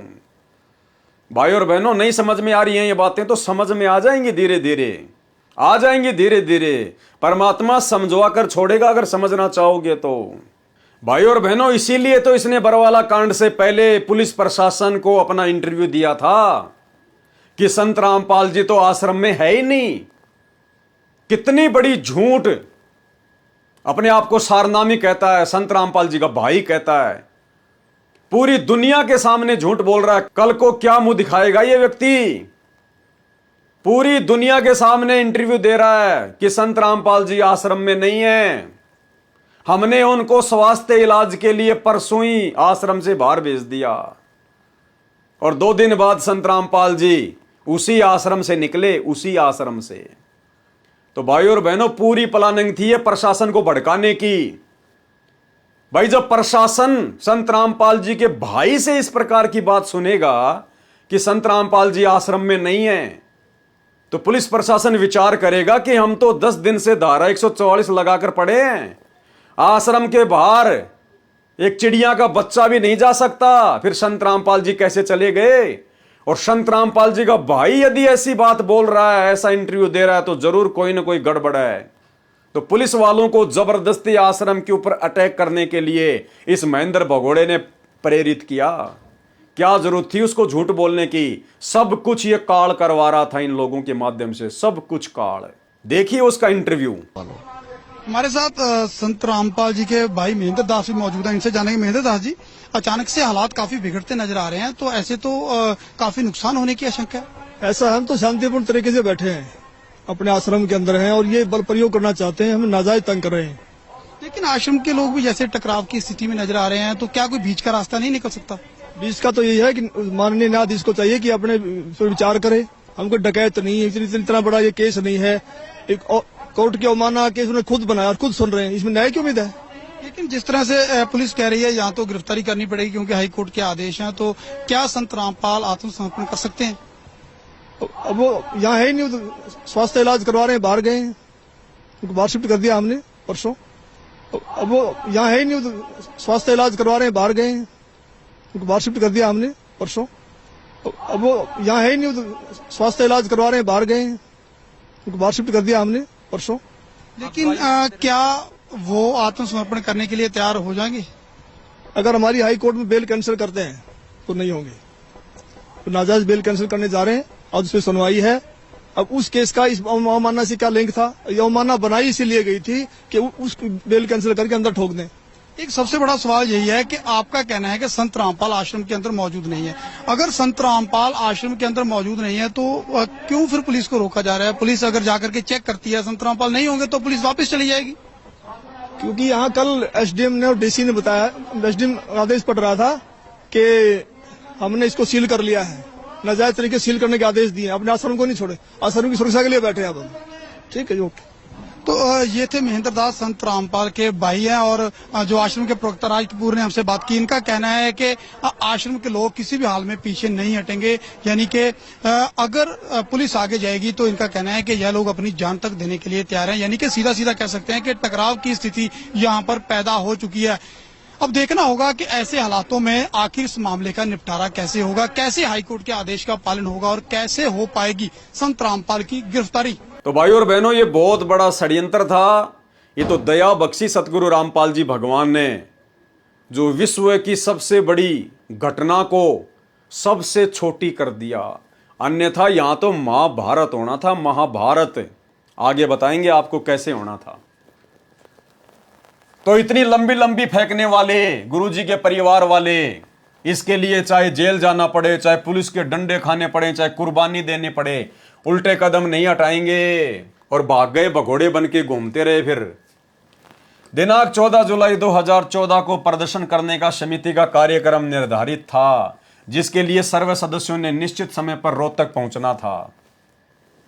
दिनांक 11 जुलाई 2014 को पता चला कि संत रामपाल जी महाराज की पेशी वीडियो कॉन्फ्रेंस के द्वारा हिसार कोर्ट में हो सकती है।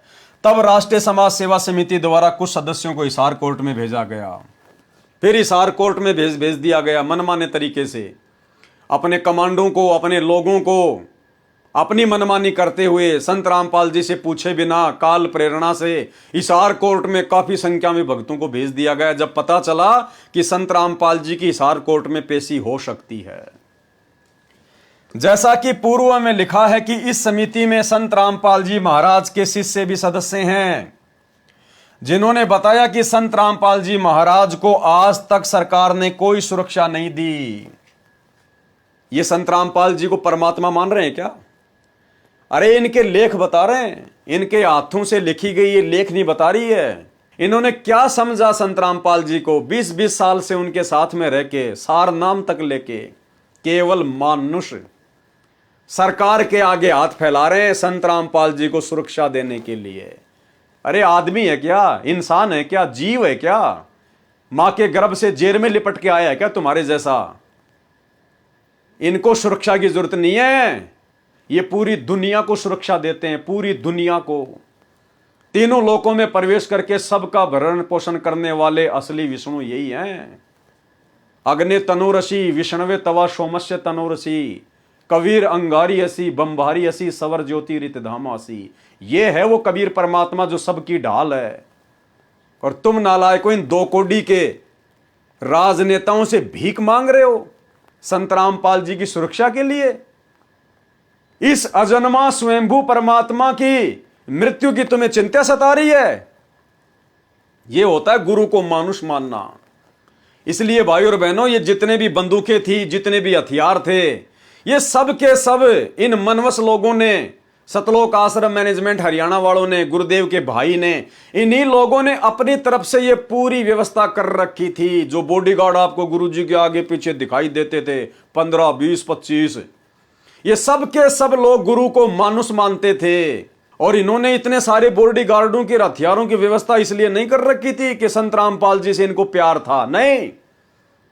ये संत रामपाल जी को मानुष मानकर उनको जीवित रखना चाहते थे, ताकि संत रामपाल जी हैं तो धंधा है, संत रामपाल जी हैं तो भगत हैं, और भगत हैं तो दान धर्म है, पैसा है और हमारी मौज मस्ती है। जब संत रामपाल जी नहीं रहेंगे तो फिर हमें कौन पैसा देगा? केवल अपने स्वार्थ के लिए। और गुरु को मानुष मानकर ही इस प्रकार की घटनाओं को अंजाम दिया जा सकता है। अन्यथा जो परमात्मा तीनों लोकों में सर्वश्रेष्ठ सर्वशक्तिमान, उनको किसी के बॉडीगार्ड की आवश्यकता है क्या? उनको सुरक्षा कर्मियों की आवश्यकता है क्या? लेकिन ये सारा का सारा प्रबंध ये काल प्रेरणा से ये सतलोक आश्रम मैनेजमेंट हरियाणा वाले ही किया करते थे। तो यहां सरकार के आगे भीख मांग रहे हैं, भीख। जिन्होंने बताया कि संत रामपाल जी महाराज को आज तक सरकार ने कोई सुरक्षा नहीं दी है। माननीय हाईकोर्ट के आदेश के पश्चात भी सुरक्षा मुहैया नहीं कराई गई। भाई क्यों कराएंगी सरकार? अरे सरकार तो काल प्रेरणा से चलती है, सरकार तो ज्योति निरंजन के अधीन है, सरकार तो वहां पर जाती है, वहां पर सुरक्षा मुहैया करवाती है जहां पर सरकार का कोई फायदा हो। तो सरकार को पता था कि संत रामपाल जी ना तो कोई राजनीतिक व्यक्ति हैं, ना किसी राजनेता को अपने आसपास में फटकने देते हैं, ना अपने भक्तों को राजनीति करने का आदेश देते हैं, ना किसी को वोट डालने का आदेश देते हैं, ना किसी राजनीतिक पार्टी का कोई समर्थन करते हैं। तो संत रामपाल जी तो राजनीतिक लोगों के मतलब के नहीं थे। अरे फिर सरकार क्यों सुरक्षा देगी संत रामपाल जी को? भाई भक्ति राजनेताओं को चाहिए नहीं, ज्ञान राजनेताओं को चाहिए नहीं, क्योंकि उनके पास तो अपने आप में खूब ज्ञान है, वो तो खुद ही ज्ञानी है, अहंकार में सड़े फिरते हैं वो तो। और इसके अलावा जब चुनाव आते हैं तो संत रामपाल जी की तरफ से उनको कोई सहायता मिलती नहीं है, ना पैसे की ना वोटों की। तो सरकार क्यों सुरक्षा देगी भाई संत रामपाल जी को? अरे किस मुंह से तुम लोगों ने, किस आधार से तुम लोगों ने सरकार के आगे हाथ फैलाए? नालायकों, अपने गुरु को मानुष मानकर। भाई और बहनों, इनमें किसी प्रकार का कोई ज्ञान नहीं था, ना तो इन लोगों को सामाजिक ज्ञान था, ना राजनीतिक ज्ञान था, और आध्यात्मिक ज्ञान तो इनको फूटी कोड़ी भी नहीं थी। ये तो संत रामपाल जी भगवान के सिर में दर्द थे, सिर में दर्द। ये तो चींचड़ थे, चींचड़, जो उनका खून पीते थे उनके पास में रह के। जिन्होंने बताया कि संत रामपाल जी महाराज को आज तक सरकार ने कोई सुरक्षा नहीं दी, माननीय हाई कोर्ट के आदेश के पश्चात भी सुरक्षा मुहैया नहीं करवाई गई। संत रामपाल जी महाराज को आर्य समाज के शरारती तत्वों से जान का खतरा है। डूब के मर जाना चाहिए, डूब के। इस परम संत की इतनी सुसंगति करने के बाद भी इनको अपने जैसा 2 कोड़ी का मानुष ही मान रखा है। यही लिख रहे हैं गुरुजी के परिवार वाले, राष्ट्रीय समाज सेवा समिति वाले, ये बड़े बड़े स्टेट कोऑर्डिनेटर, बड़े बड़े भगत, ये लिख रहे हैं कि संत रामपाल जी को आर्य समाज के शरारती तत्वों से जान का खतरा है। अरे ये शब्द लिखने से पहले नालायकों, तुम्हारी जीभ में कीड़े क्यों नहीं पड़ गए? तुम लोगों ने आत्महत्या क्यों ना कर ली अपने गुरुदेव भगवान के विषय में ये शब्द बोलने से पहले कि संत रामपाल जी को जान का खतरा है? अरे ये मरने वाले हैं क्या? इनको मारने में कोई सक्षम है क्या? भाई और बहनों, आप समझ लेना इस बात को कि इन्होंने क्या समझ रखा है संत रामपाल जी को। बस यही सारी बातें संत रामपाल जी भगत समाज के सामने लाना चाहते हैं कि गुरु मानुष कर जानते वो नर कई हैं अंध, और वह दुखी संसार में आ गए यम के फंद। भाई और बहनों, दृढ़ हो जाना। इन पहले वाले भक्तियों की ये तमाम बड़ी बड़ी गलतियां सुनकर, देखकर, पढ़कर, ये वीडियो परमात्मा इसीलिए बनवा रहे हैं कि हम इन गलतियों को करने से बचें, नहीं तो मौका नहीं मिलेगा। देखते जाओ, सुनते जाओ, पढ़ते जाओ। संत रामपाल जी महाराज को आर्य समाज के शरारती तत्वों से जान का खतरा है, इसलिए उनकी सुरक्षा करना अनिवार्य है। संत रामपाल जी की सुरक्षा करना अनिवार्य है, बहुत जरूरी है। इसलिए कुछ नौजवान सदस्यों को सुरक्षा के लिए भेजा गया, जिनको कमांडो शिक्षा दी गई है, जिनको कमांडो की ट्रेनिंग दी गई है, खुद ही लिख रहे हैं। इसलिए हमने राष्ट्रीय समाज सेवा समिति के कुछ सदस्यों को, जिनको कमांडो की ट्रेनिंग दी गई है, हमने उनको हिसार की कोर्ट में भेजा कि संत रामपाल जी को कोई आर्य समाजी जान से ना मार दे। भाई और बहनों, इन लोगों ने कभी गहराई से गुरुदेव के सत्संग सुने ही नहीं, कभी गुरु को इन्होंने परमात्मा माना नहीं, कभी गुरु को इन्होंने परम शक्ति माना ही नहीं। हिसार जेल से जो ऑडियो आ रही है वर्तमान में, पार्ट नंबर 7, आप उसमें शुरुआत में सुनना। परमात्मा ने बताया कि जब आप इस परमात्मा के प्रति इस कदर दृढ़ हो जाओगे, तब ये परमात्मा आपको अपना मान लेगा। और गुरुदेव ने फिर उसमें उदाहरण बताया काफी समय पहले का, कि एक समय एक भगत आश्रम में आ रहा था सत्संग सुनने के लिए। पीछे से उसकी औरत का फोन आया कि लड़का बीमार हो गया, बुखार चढ़ गया, वापस आ जाओ, कहाँ हो?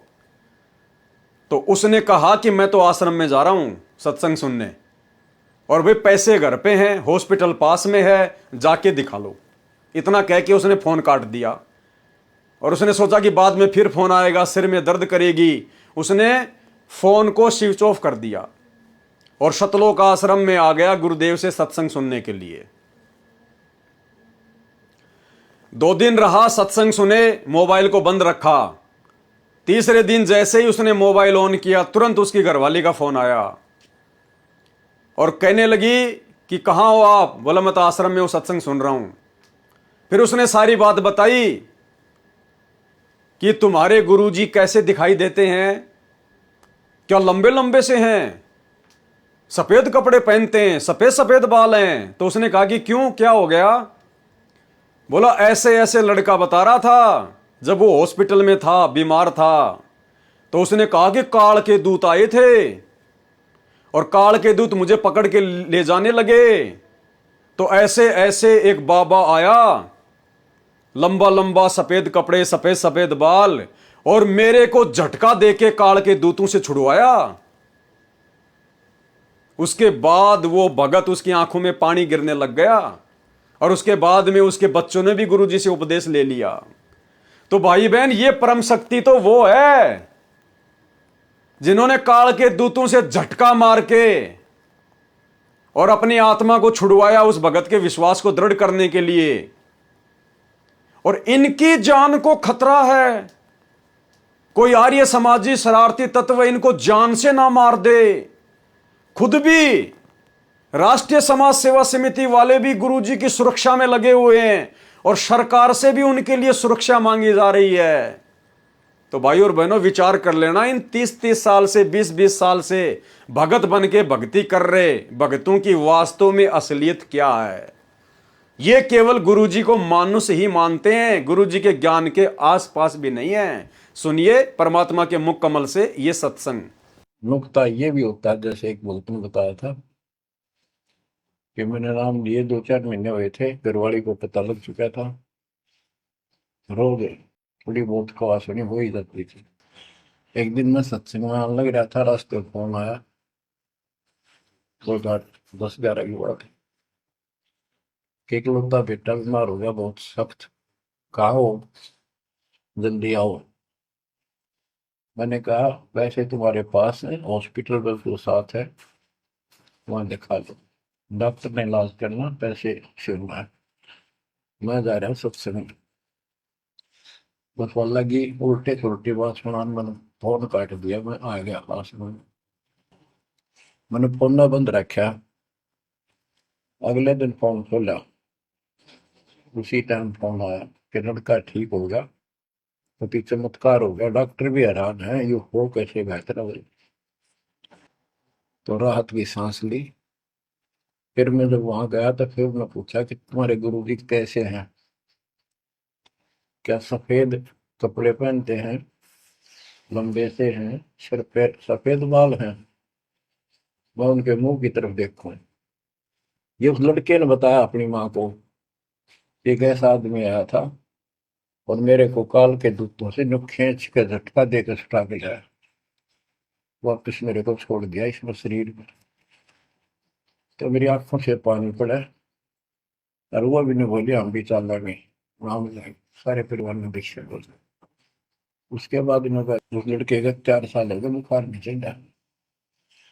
बच्चों, इसको कहते हैं नुक्ते ऊपर ही जगह रिपोर्टी करो, जब जा तुम्हारे। संत रामपाल जी महाराज को आर्य समाज के शरारती तत्वों से जान का खतरा है, इसलिए उनकी सुरक्षा करना अनिवार्य है। इसलिए कुछ नौजवान सदस्यों को सुरक्षा के लिए भेजा गया, जिनको कमांडो शिक्षा दी गई है। वो कमांडो बचाएंगे। वो 2 कोडी के 2 रोटी ज्यादा खा लें तो पेट में दर्द हो जाता है, तुरंत दौड़ के लेटरिन में जाना पड़ता है, तब जाके उनको शांति मिलती है। वो 2 कोडी के सदस्य, वो कमांडो, वो बचाएंगे संत रामपाल जी को। क्योंकि हरियाणा पुलिस पर हमें कोई विश्वास नहीं है। कुछ भगत जो समिति के सदस्य हैं, वे स्वयं की इच्छा से तथा भावनावश अपने अपने परिजनों सहित संत जी के दर्शनार्थ गए थे। अरे तुम कहीं तो लिख रहे हो कि वो संत रामपाल जी की सुरक्षा के लिए गए थे, कमांडो ट्रेनिंग वाले।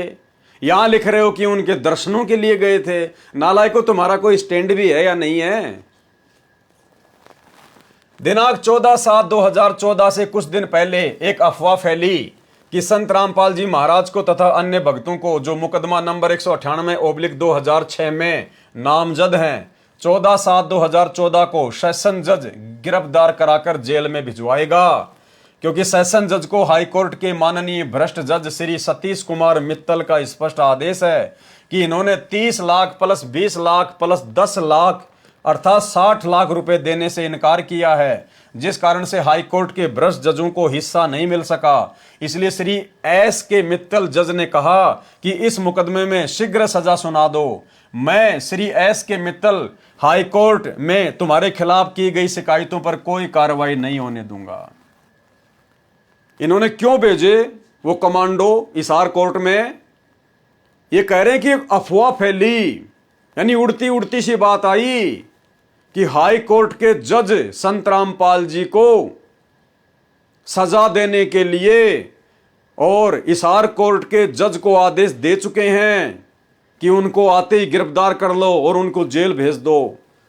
इसलिए हमने संत रामपाल जी को जेल जाने से बचाने के लिए, और वो कमांडो की जो ट्रेनिंग दी गई थी कुछ लोगों को, उनको हमने हिसार कोर्ट में भेजा संत रामपाल जी की सुरक्षा के लिए। बताओ भाई और बहनों, जब कोर्ट आदेश दे देगा कि भाई आपके ऊपर ये मुकदमा जो है फाइनल हो चुका है, आपको इतने महीने की सजा हो गई है, उसके बाद वो प्रशासन से पंगा लेंगे। वो भगत जो खरीद के काले कपड़े पहन के जबरदस्ती कमांडो बने हुए थे, वो फिर प्रशासन से पंगा लेंगे, वहां पर संत रामपाल जी को जेल जाने से रोकेंगे वो। ये है इनकी मंदबुद्धि, इनकी छोटी सोच, इनकी घटिया सोच। यहां पर ये स्पष्ट करना चाहेंगे कि दिनांक 14/7/2014 को सर्व सदस्य सिर पर कफन बांध कर गए थे। सुनते जाना भाई और बहनों, सुनते जाना, आंखें खोल लेना। ये भगत नहीं, भेड़िए हैं, भेड़िए। सतलोक आश्रम मैनेजमेंट हरियाणा वाले ये भक्ति करने के मकसद से नहीं जुड़े हुए हैं, ये संत रामपाल जी को बदनाम करवाने के लिए जुड़े थे।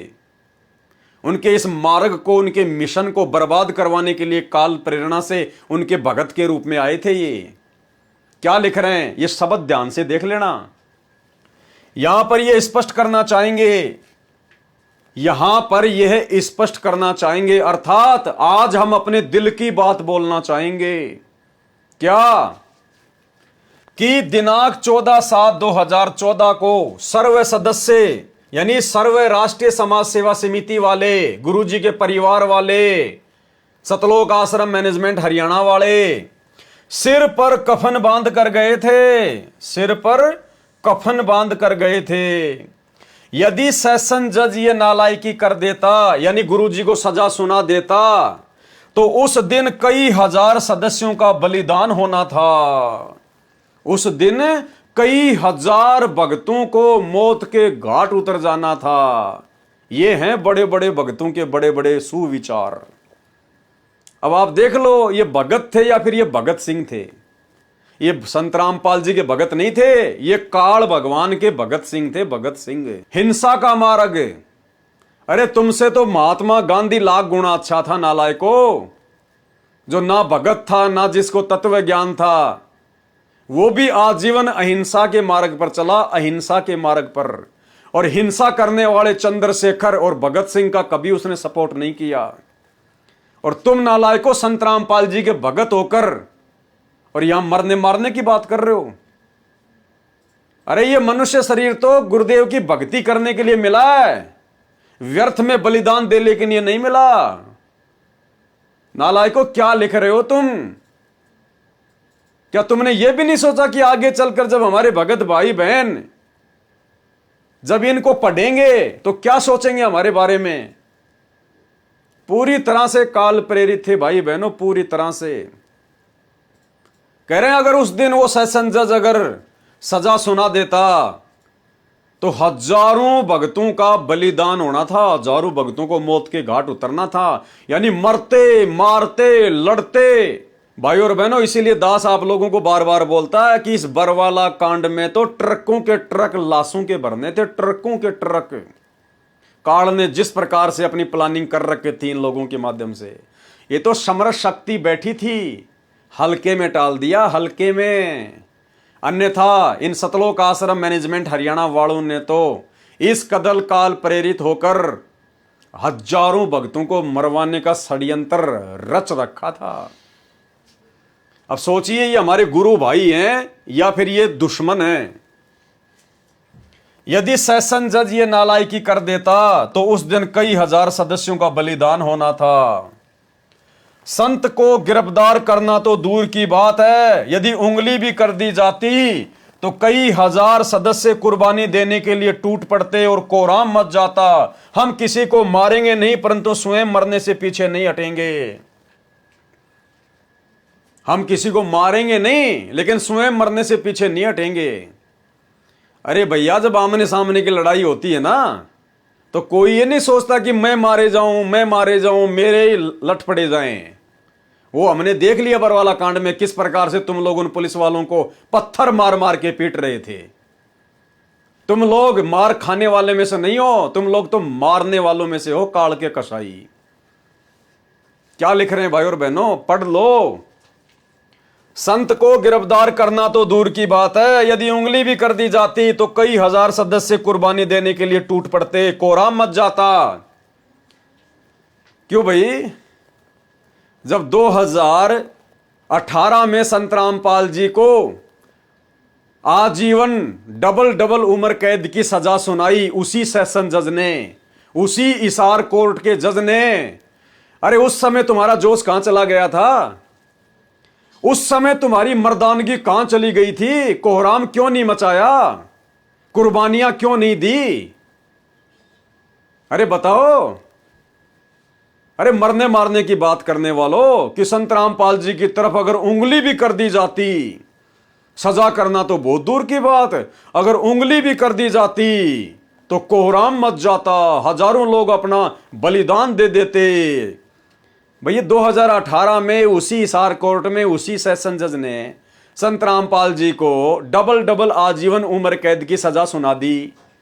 उस समय तुम कहां चूड़ियां पहन के बैठे हुए थे? उस समय तो तुम भगोड़े बन के घूम रहे थे, तुम्हारी पुलिस के सामने आने की हिम्मत भी नहीं थी। यह होता है भाई और बहनों काल प्रेरणा। करनी तज कथनी कथय अज्ञानी दिन रात, कुत्ते ज्यों भौंकत फिरे सुनी सुनाई बात है। और परमात्मा कहते हैं कथनी के सूरे गणे और कथय अटंबर ज्ञान, और बाहर जवाब आवे नहीं लीद करे मैदान। ये लीद कर गए 2018 में। ये सतलोक आश्रम वाले, गुरुजी के परिवार वाले, स्टेट कोऑर्डिनेटर, ये कथनी के सूरे ये 2018 में लीद कर गए, गधे की तरह लीद कर गए। ये दिखाई भी नहीं दिए कहां हैं, चूड़ियां पहन के घूम रहे थे भगोड़े बन के, और यहां बड़ी बड़ी बातें फेंक रहे हैं कि संत रामपाल जी की तरफ यदि किसी ने उंगली भी कर दी तो कोहराम मचा देंगे। 18 में कहां गए थे? कौन से बिल में घुस रहे थे? भाई और बहनों, ये भक्तों की भाषा नहीं है। हमारे गुरुजी की तरफ उंगली भी कर दी तो कोहराम मचा देंगे, हजारों भगत बलिदान दे देंगे। अरे क्या समझा फिर तुमने अपने गुरुदेव भगवान को? अरे फिर इनका तो कोई रोल ही नहीं है, इनका तो फिर कोई मतलब ही नहीं रह गया। सारा सब कुछ तुम हो, परम शक्ति तुम हो, ठेकेदार तुम हो, सब कुछ करने वाले तुम हो। गुरुजी तो फिर खाली एक चिड़ी का बच्चा बन के रह गया। तुम ही सारा ठेका ले रहे हो कि इनकी तरफ यदि किसी ने उंगली भी कर दी तो। भाई और बहनों, कुछ नहीं मानते थे ये गुरुजी को, वास्तव में चीचड़ थी, चीचड़। आश्रम में संत रामपाल जी इन लोगों से महादुखी थे, महादुखी। और भाई और बहनों, यही कारण था बरवाला कांड में संत रामपाल जी के चुपचाप रहने का। अन्यथा इस परम शक्ति के रहते सहते तो हजार काल मिलकर भी बरवाला में आश्रम की एक ईंट भी नहीं उखाड़ सकते थे। लेकिन ये परमात्मा चुप रहा, क्योंकि ये जो गंदगी, ये जो बदबू, उनके बेटा बेटी, भाई बंधु रिश्तेदार, ये कोऑर्डिनेटर, ये आश्रम के बड़े बड़े भगत, ये जो गंदगी जमा हो चुकी थी इनके मार्ग में आगे चल के बहुत ज्यादा बदबू फैला देती।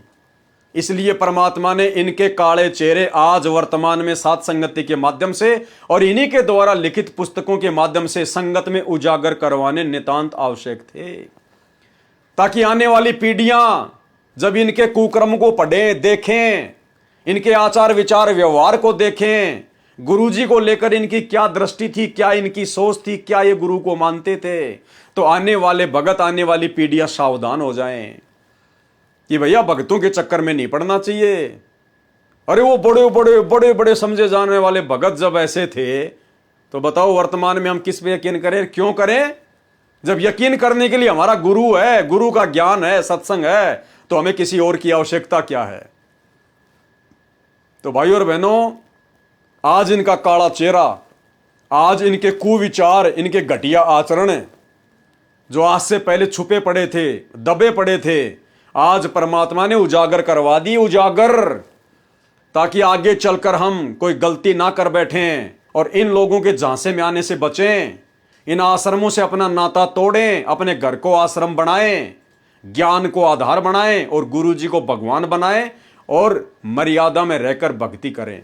संत को गिरफ्तार करना तो दूर की बात है, यदि उंगली भी कर दी जाती तो कई हजार सदस्य कुर्बानी देने के लिए टूट पड़ते और कोराम मच जाता। हम किसी को मारेंगे नहीं, परंतु स्वयं मरने से पीछे नहीं हटेंगे।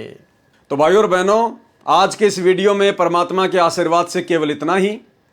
और चलते चलते आपको बरवाला कांड के समय जो टीवी चैनल लाइव डिबेट चला रहे थे, पूरा का पूरा बवंडर देश दुनिया को दिखा रहे थे, कमांडो वाला बाबा, कमांडो वाला बाबा, और राष्ट्रीय समाज सेवा समिति के लोगों को बैठाकर भी लाइव डिबेट में उनके विचार जानना चाह रहे थे, और भी 4-5 लोगों को बैठाकर रखते थे जो लोग इन मामलों के जानकार होते थे, एक आध कोई धर्मगुरु भी था।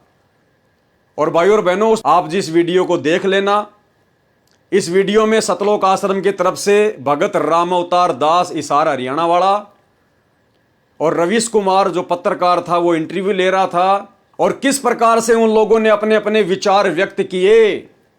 जिस प्रकार बरवाला कांड के समय राष्ट्रीय समाज सेवा समिति के द्वारा जो बवंडर किया जा रहा था, जो कोर्ट की अवमानना की जा रही थी, संत रामपाल जी को हिसार कोर्ट में पेश होने से रोका जा रहा था, उनके झूठे मेडिकल दिए जा रहे थे बार बार, और वो सभी लोग यही कह रहे थे कि भाई अच्छी बात है, तुम भगत हो, तुम्हारे गुरुजी बीमार हैं, बहुत अच्छी बात है, लेकिन कोर्ट का आदेश तो फॉलो करना पड़ता है।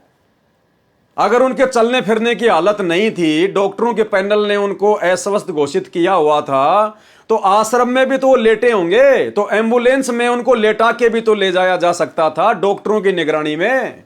और कहने का मतलब है भाइयों और बहनों, यानी हर व्यक्ति की समझ से बाहर की बात थी ये कि यार भक्तों का आचरण ऐसा नहीं हो सकता। संत रामपाल जी अपने आप को संत कहते हैं, उनका आचरण ऐसा शोभनीय नहीं है। अगर एक संत इस प्रकार से न्यायालय की अवमानना करेगा तो आगे चलकर उनके फॉलोवर क्या करेंगे? एक संत यदि इस प्रकार से अपने भक्तों की सेना बना के खड़ी करेगा, कमांडो बना के खड़ा करेगा, तो समाज उससे क्या शिक्षा लेगा? जजों के खिलाफ जो पुस्तकें बांटी गई, छपवाई गई, और रवीश कुमार उससे कह रहा कि तुम तो सरेआम जजों को तुम तो चुनौतियां दे रहे हो। आप लोगों ने जजों के खिलाफ पुस्तकें लिखकर बंटवाने की क्या आवश्यकता थी? आप लोग ऊपर के कोर्टों में जाते, उनकी शिकायत करते। अगर आप लोगों को कानून पे विश्वास है तो न्यायालय के हिसाब से अपना काम करते ना। तुम लोग तो जजों को चुनौतियां दे रहे थे पुस्तकें बंटवा के। कहने का मतलब है इन लोगों के कुकर्मों की सबने निंदा की, क्योंकि इन लोगों का कोई भी कर्म सामाजिक हिसाब से ठीक नहीं था, और ये अपना आप में बहुत बड़े भगत बन रहे थे कि हम जो कर रहे हैं सर्वश्रेष्ठ कर रहे हैं, जबकि संत रामपाल जी का इन लोगों के इन तमाम कुकर्मों में, इस तमाम बवंडर में कोई सहयोग नहीं था। आप जी ज्ञान आधार से भी समझ सकते हैं, और इस पुस्तक में भी इन लोगों ने अपने कर कमलों से लिखा है कि संत रामपाल जी का ये समिति बनाने में, और समिति क्या करेगी क्या नहीं करेगी, ये निर्णय केवल समिति लेगी, संत रामपाल जी का कोई हाथ नहीं है। तो जाते जाते आप जी छोटा सा इंटरव्यू सुन लीजिए, और भाइयों और बहनों सावधान हो जाना। परमात्मा यही चाहते हैं कि हम इतने ज्ञानवान बन जाएं, हम इतने समझदार बन जाएं कि जो गलतियां इन बड़े बड़े भगत के भेष में छुपे हुए भेड़ियों ने कर डाली हैं, संत को बदनाम करवा दिया, संत को जेल भिजवा दिया, आश्रम को लुटवा दिया, पिटवा दिया, भक्तों को अपने भगवान से दूर करवा दिया और खुद काल की गोद में बैठकर उन्हीं भक्तों के दान धर्म के पैसों से वर्तमान में धर्म को धंधा बनाकर जगह जगह आश्रम खोलकर ऐसो आराम कर रहे हैं। ऐसे निकम्मी आत्माओं से हम सावधान रहें। भगत के भेष में काल के दूतों को पहचाने, केवल ये सोचकर कि वो बहुत बड़ा भगत है, वो गुरुजी का बेटा है, वो आश्रम में रहता था, ये सूखी फीत देखकर हम किसी के झांसे में ना आए और ज्ञान को आधार बनाकर, गुरु को भगवान बनाकर, घर को आश्रम बनाकर अपनी भक्ति करें। चौथी चीज की हमें आवश्यकता भी नहीं है।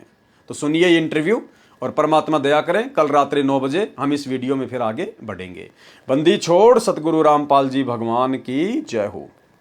एसएसपी के ऑर्डर ये बिल्कुल गलत है। हरियाणा सरकार सिर्फ जजों के खिलाफ किताब छपवा के कर रही है और हाईकोर्ट के आदेश के अनुसार। और आज भी हम कहते हैं कि जो भ्रष्ट जज उनके खिलाफ हमारा संघर्ष है, यही अपराध है सर, इसी अपराध की सजा भुगत रहे हैं। कोर्ट आप अदालत में लड़िए ना। अगर कोई जज भ्रष्ट है तो आप अदालत में लड़िए। आप जज के बारे में आप किताबें छपवा कर भेजेंगे, बांटेंगे, तो इसका मतलब आप चुनौती दे रहे हैं ना। आप भी तो चुनौती दे रहे हैं। इसको आप चुनौती, बीमारी की आड़ में आप चुनौती दे रहे हैं। फिर बीमारी ये सर 2006 से चल रहा है हमारा जज के खिलाफ। अब पुस्तक अपने आप नहीं छपवाई हमने। जब हमारे से पैसे मांगे गए गुप्ता द्वारा, सुनील गुप्ता द्वारा, जो मुझे नहीं मालूम, आप नाम नहीं ले सकते हैं यहाँ पे। हाँ, मुझे नाम नहीं ले सकते, मुझे नहीं मालूम आप सच बोल रहे हैं कौन सा। चलो हाँ। जिसने मांगे उसके खिलाफ हमने पुस्तक में नाम दिया, एविडेंस दिए सरकार के पास, प्रधानमंत्री के पास 10 लाख एफिडेविट भेजे हमने पिछले 3 महीने पहले, और उसी की सजा का हमें भुगतना। कोर्ट ऑफ कंटेम्प्ट का केस क्या है?